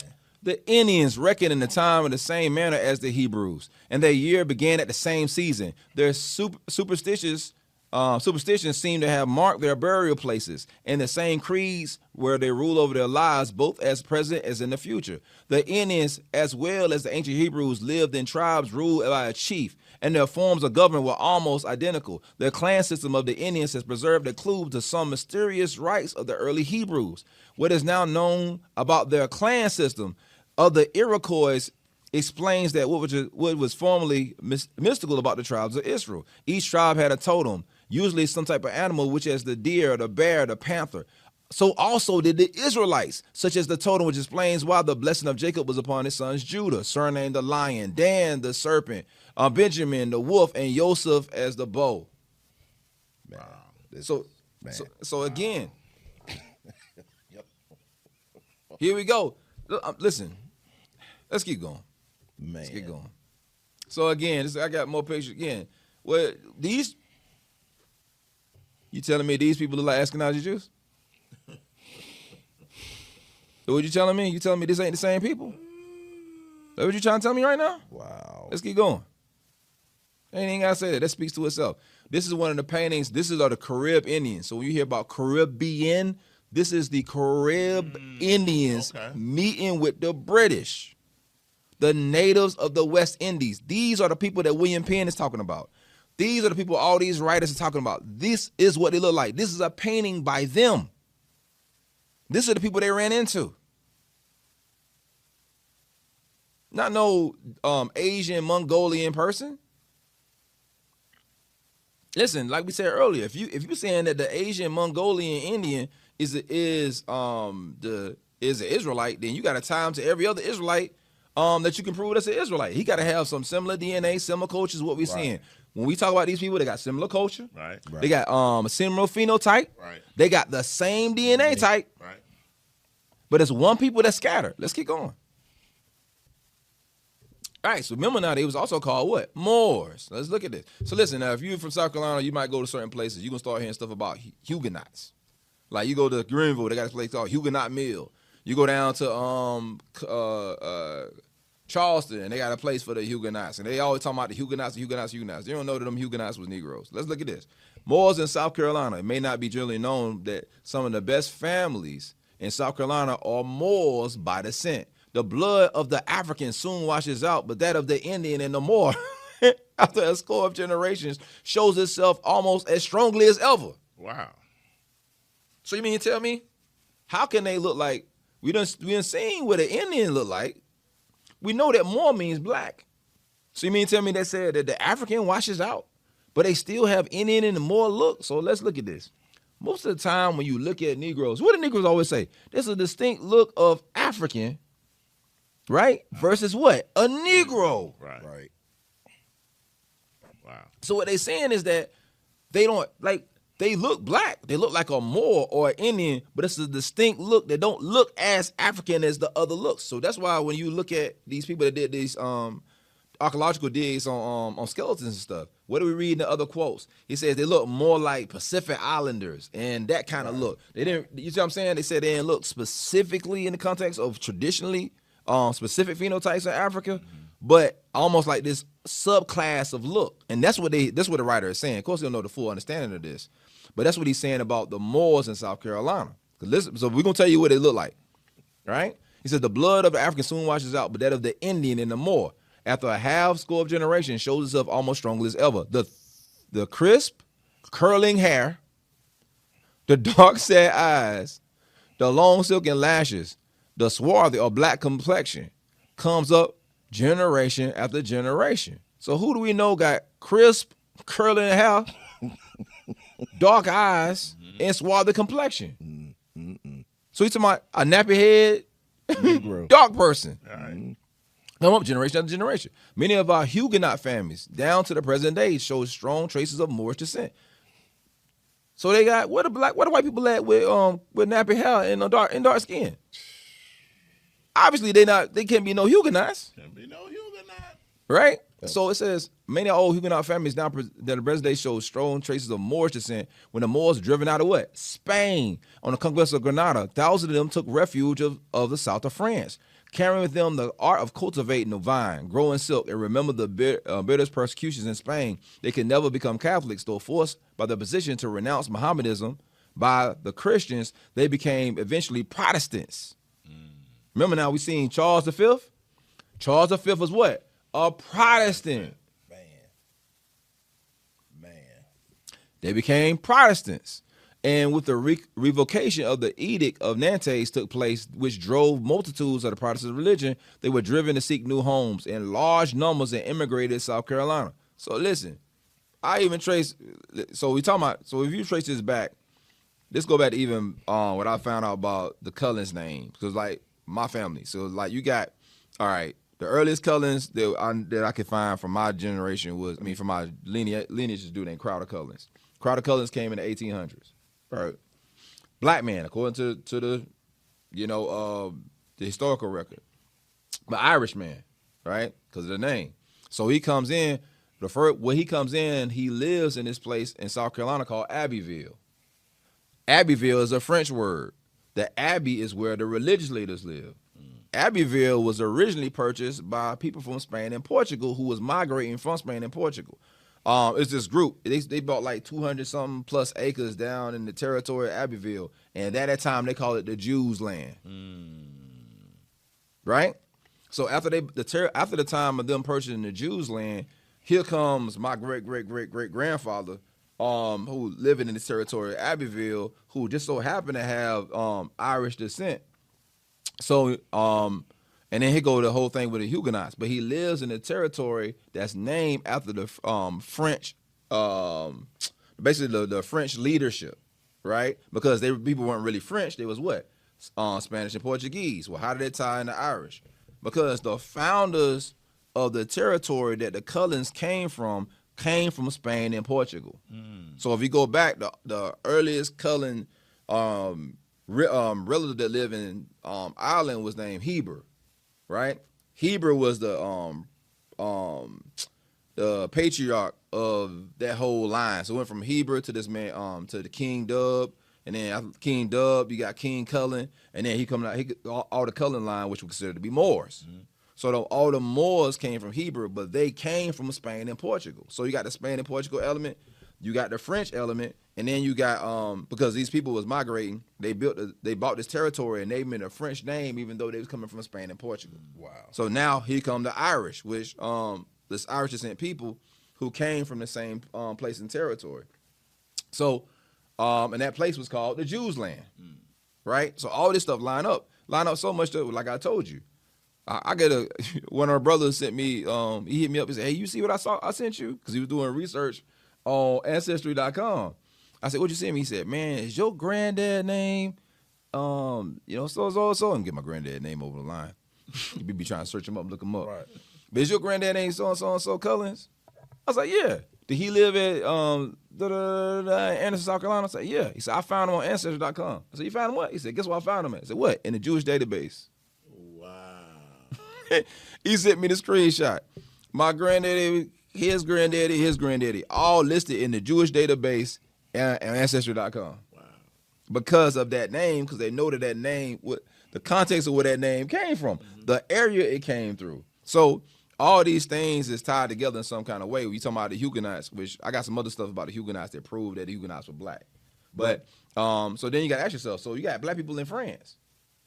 You got black people in New Orleans that speak French. Right. So did all these people that in New Orleans spoke French, did they learn that from French slave traders? Because you don't hear a whole lot about no French slave traders. Right.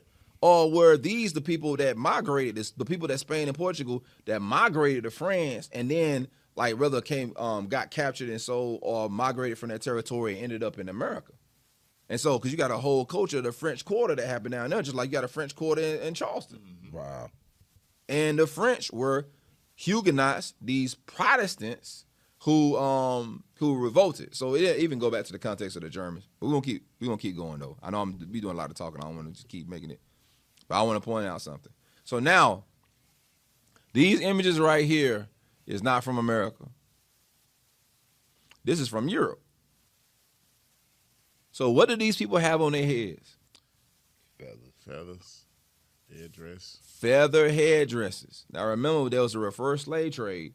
Well, we pointed where I gave Reggie quote about how slaves, Indian slaves, and black slaves were side by side on plantations. So a lot of the Indian slaves in the reverse slave trade was brought to Europe. Even with Christopher Columbus brung a lot of them. There's paintings of them bringing these Indians to Spain and Portugal for them to see them. But why are they headdresses gold? Why do they have gold feather headdresses? Because the context is showing you that these were what? Royals or nobility who got brung into captivity. Because why would you put a gold feather headdress on a black man and put it in a white building that's supposed to be connected with nobility or power?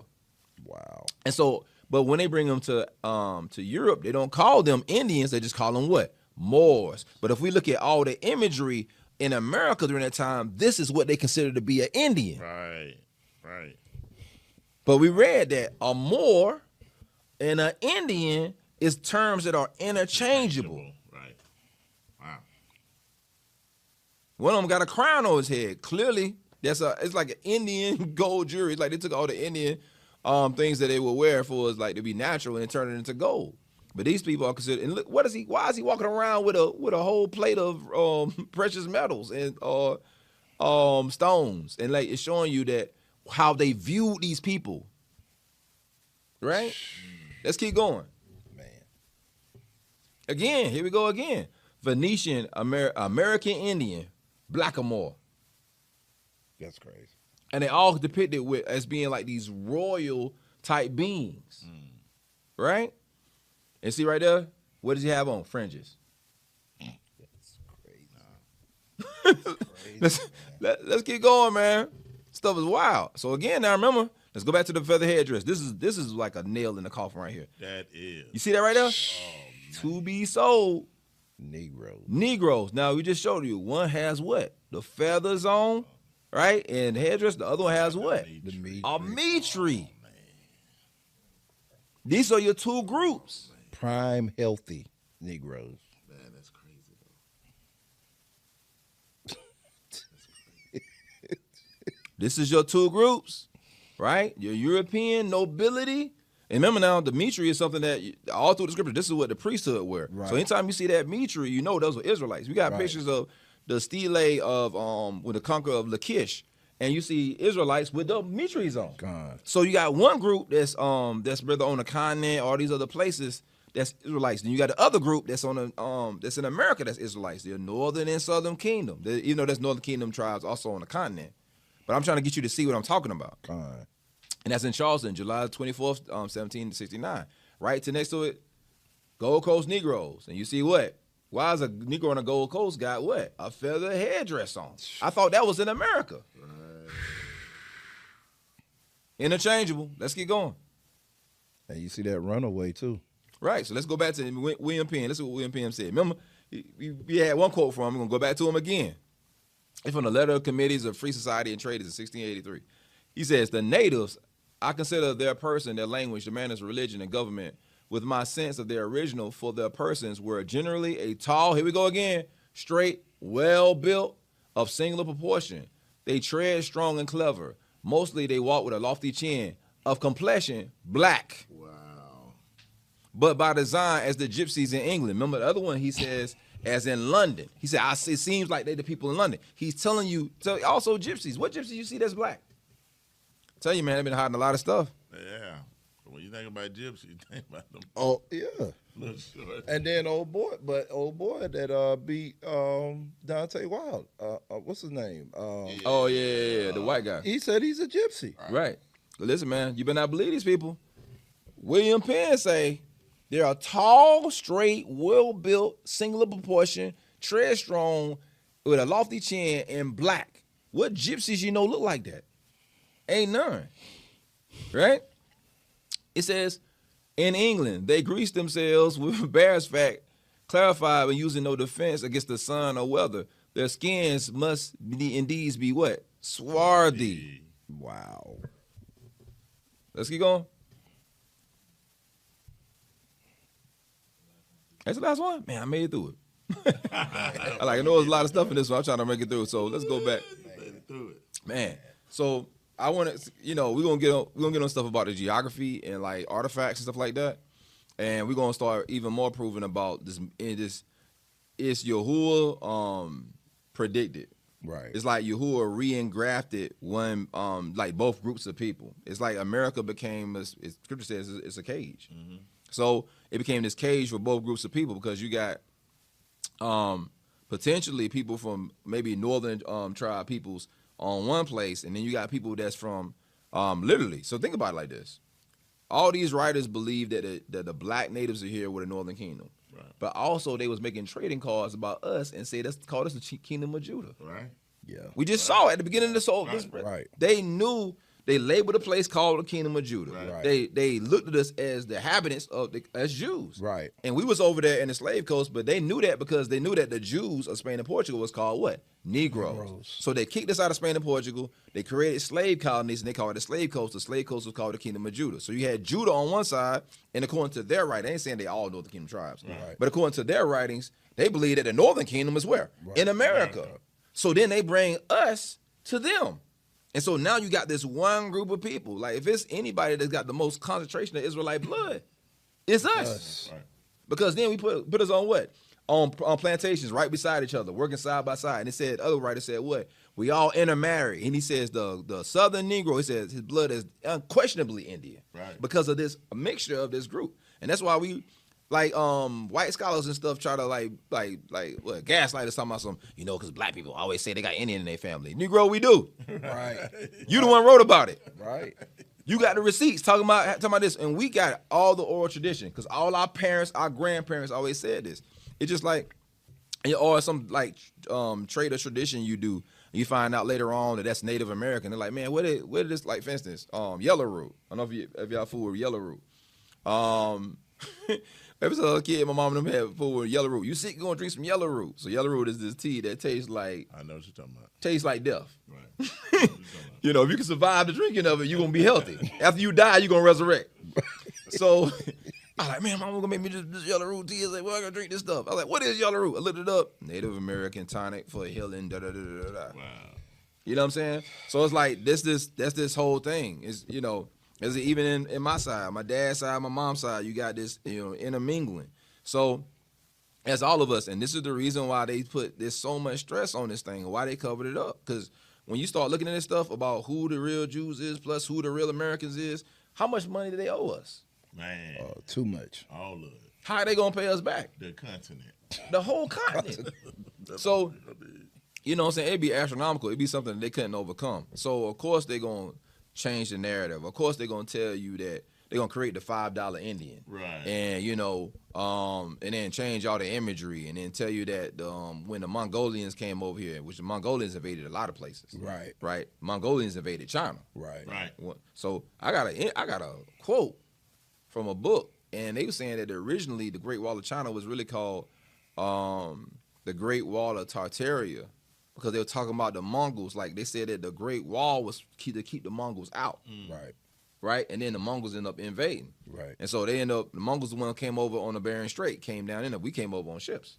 So you know what I'm saying. So you got all this stuff about, you know, and then the so-called people that say who they are, they got Mongolian like connections, because they come from the Vandals and the Ostrogoths and the Visigoths, right?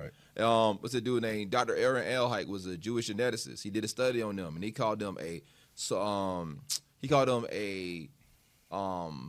Slavic Turkic people, right? And the reason why he was saying that, because he's saying that they are related to these people, the Ostrogoths and the Visigoths and all these people that became the invaders. That's where you get the word vandalism from. Right? Because another group was called the Vandals. They would come through, destroy everything, rape and pillage. And you know what I'm saying? And so Vanderbilts. Right. So the Vandals were this group of people, and so they related to them. These people that invade, and that's what they did in all these territories. But we just scratching the surface, a lot of information.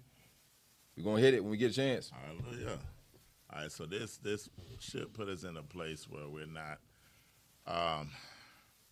finding so many reasons to divide over stuff. Right. You know, I mean, they'll hide all that, and then they'll tell you to go back when they get mad, when they're mad at us, and tell us to go back from where we came from, and we standing on it. You know what I'm saying? But it should clear up, and the more and more we go into these things, it should clear up the confusion, in a sense where you have this whole Israelite groups or quote unquote people that say we Americans, and then you have the other Israelites who say no, we Israelites, and all this going back and forth about all the slave ship lies and they being over here. This shit really put us in a place where it marries it together, where we can be balanced in our perspective as it relates to going over the ancient things in our history, so we can find a place of common ground. So we're not just finding another thing to divide about. Right. So this should just put us at a place of where everything harmonizes with each other, to understand that we are those people. Right. We're the same people, and we still have, even with all this history, we still got an allure to return back to, a law to turn back to, a culture to turn back to, Right. customs to turn back to. So we can continue to look up now and know that our redemption is drawing nigh.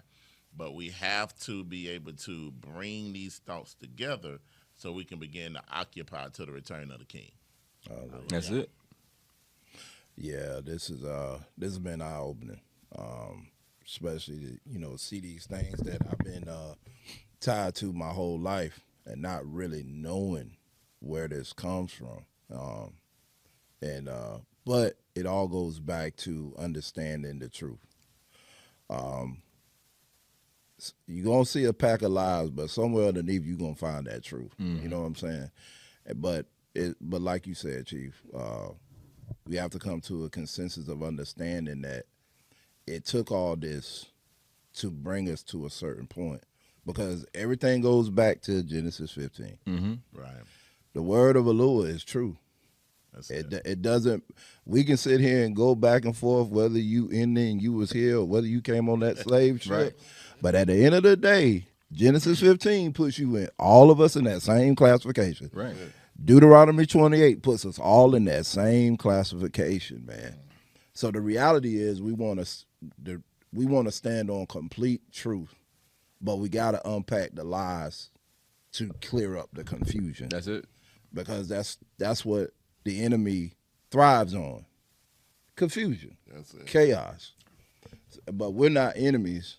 We're going to bring conclusions of truth to this to lead you. And we're not leading you to just look at us as, to look at, as your favorite teachers, but to draw you back to Yahuwah. That's it. Because even though what you read, even what they called the Indians, where did it go back? Yahuwah. Right. That's it. So at the end of the day, bless the name of Yahuwah Yahushua, Hallelujah. for his mercy endure forever. Because Hallelujah. this stuff could have eradicated and took us away from anything of knowing this. Man. You know what I'm saying? So praise Yahuwah. Hallelujah. You listen. The other thing is that you gotta think about how this stuff played out, even with the people that claim they us, right? So, what in 1948? What are some of the places that they claim was their homelands? Right now, we're fighting about it. People are dying. People are being massacred and genocided about a homeland that they didn't even decide on till like the last minute. Right. But what's one of the other places they chose, Chief? What is it? My mind going blank right now. About Uganda. Uganda. Right? So it's Uganda, which is a place where Negroes is. Right. The other place was America. Gone. America.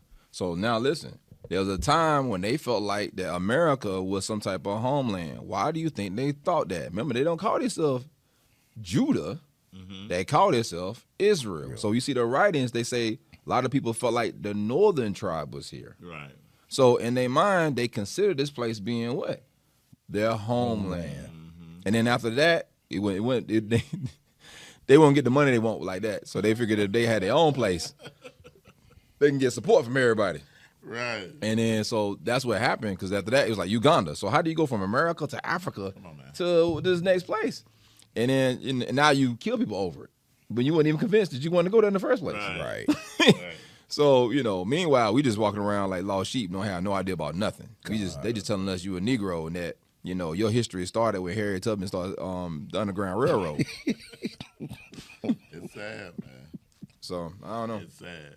But like you said, capping back off with Genesis 15, we got to read the last verse on that. All right. Stop at 16. At 17 is really the most important verse of that. Now, remember that in the beginning is Abraham wanted to know how was he going to be able to inherit the promise.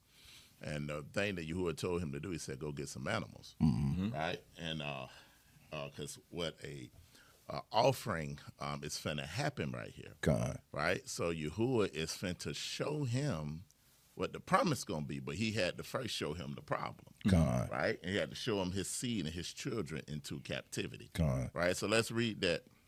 And it came to pass And it came to pass, that when the sun went down, all right, and it was dark, behold, a smoking furnace and a burning lamp that passed between those pieces. now watch this. This is like one of the most binding covenants that could ever be made. This is a blood covenant that happens here, right, in which the animals would be killed and cut in half. And what would happen in normal ancient times, the two men would stand on each side, and they would exchange and do like a walk of death, and that walk of death was like a figure 8, exchanging positions to say, I'm you and you are me. And that and then they would call out the blessings when they exchange positions. Again, they would do like a figure 8 and exchange positions, right?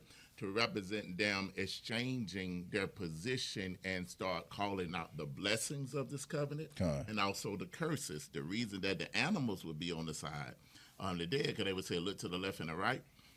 Because if I break this covenant, let me also, if I don't honor the promises that I said, let me die like these animals. We have a resemblance of that. This is why there's an owl. When you go down, when people get married, it's an owl that you go down. You have the one family on one side, other family on the other side to represent the oath and the covenant. They just forgot. Right. Figure Absolutely. 8, which is the exchange. Absolutely. Right? Yahuwah is saying right here,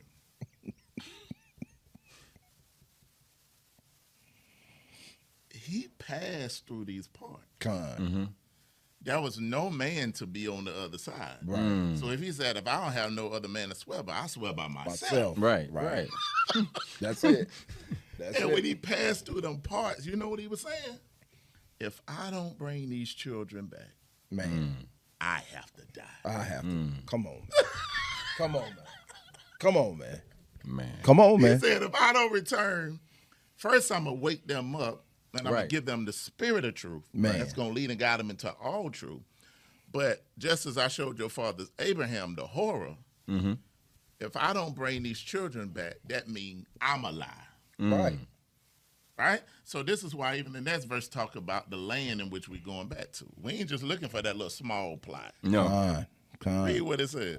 In the same day, verse 18, in the same day, Yahuwah made a covenant That's the covenant. That with Abram, Uh-huh. saying, unto thy seed have I given this land, All right, let's look at the land from where? from the river of Egypt, or Kemet, unto the great river, the river Euphrates, the Canaanites, the Kenizzites, and the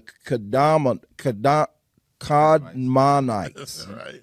and the Hittites, and the Perizzites, and the Rohams, and the Amorites, and the Canaanites, and the Gizites, and the Jebusites. Right. So all with that mean that he's going to bring his sons from the north, south, east, and the west, and he's going to, wherever we were scattered, we're going to be regathered back to. And we're going to know what our original strength was, our original power. So all of these things we have to know, like the scripture talks about, that we was going to be, we're going to go into a web of lies and deception and all of those type things. But it's a promise on us. This is why we weren't lost. We were just scattered. Right. Right? And Yahuwah saying that, listen, I sent them become a judgment, but just as I scattered them in punishment, I'm going to be rejoiced to bring them back. Right. With all these type of lies and slaughterings, we should be over. It should be a wrap. It should be a wrap. There's no other race of people that survive something like that. No you know way. why we can't survive? Why we can't die? Because We there's got an an oath oath. in our blood. There's That's an it. oath. And if we die and be eradicated as a Man, nation, come on, man. that means heaven and earth got to pass away. Come on, That man. means ain't no more Shammai, ain't Man. no more throne place. That means the Creator Himself. All existence is over It's if we over. die. Right. Right. It's done. Right. Right. You know what I'm saying? So that's the promise in which we have to rejoice, knowing that Yahuwah is going to bring us back. That the two sticks again going to become one. One. Hallelujah. So you saying something. So this is why the earth going to travail with pain. Right. Because if the earth is at risk of being destroyed based on the actions of the people, it's going to what? It's going to go into fear. It's going to go into anger. Right. It's going to revolt. Because in his mind, Yahuwah has made an oath that I'll be destroyed if you destroy these people. But they're going to do what? They're going about to try to execute their plan. They're going back to their final solution. That they're going to eradicate it. And the earth knows, so it does what? Tremble. And it starts to shake. It starts to Earthquakes. react to what? Their plans. Right. Because they know that the time is what? Short. Right. But then Revelation say the earth helps. Come on, man. Come on now. Come on with it. That is going to help the woman. Because it's in the covenant. All right, so praise you, Husha. We wanted to know this is a lot of information, man, and Chief Yahushua just laid it out, man. Yes, I he mean, did. I haven't never heard it laid out that beautifully. Yeah. With that much clear, concise, and compelling arguments, which is undeniable proof. So, man, we love y'all. And that's all I got. Hey, praise Yahushua Mashiach, His mercy endureth Forever. Hallelujah. Shalom everybody online. Shalom everybody in the house. We out. Hallelujah.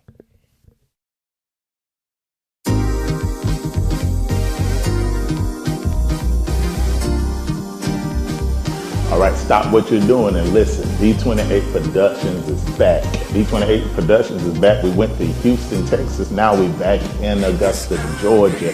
We're Reclaiming the Throne live soundtrack theatrical experience, which is the soundtrack from the movie Reclaiming the Throne. If you haven't seen that movie, it's on all major platforms. It's an award-winning docu-series, 3 parts. Please go see it. It allowed the children of the transatlantic slave trade and the diaspora to know who they are.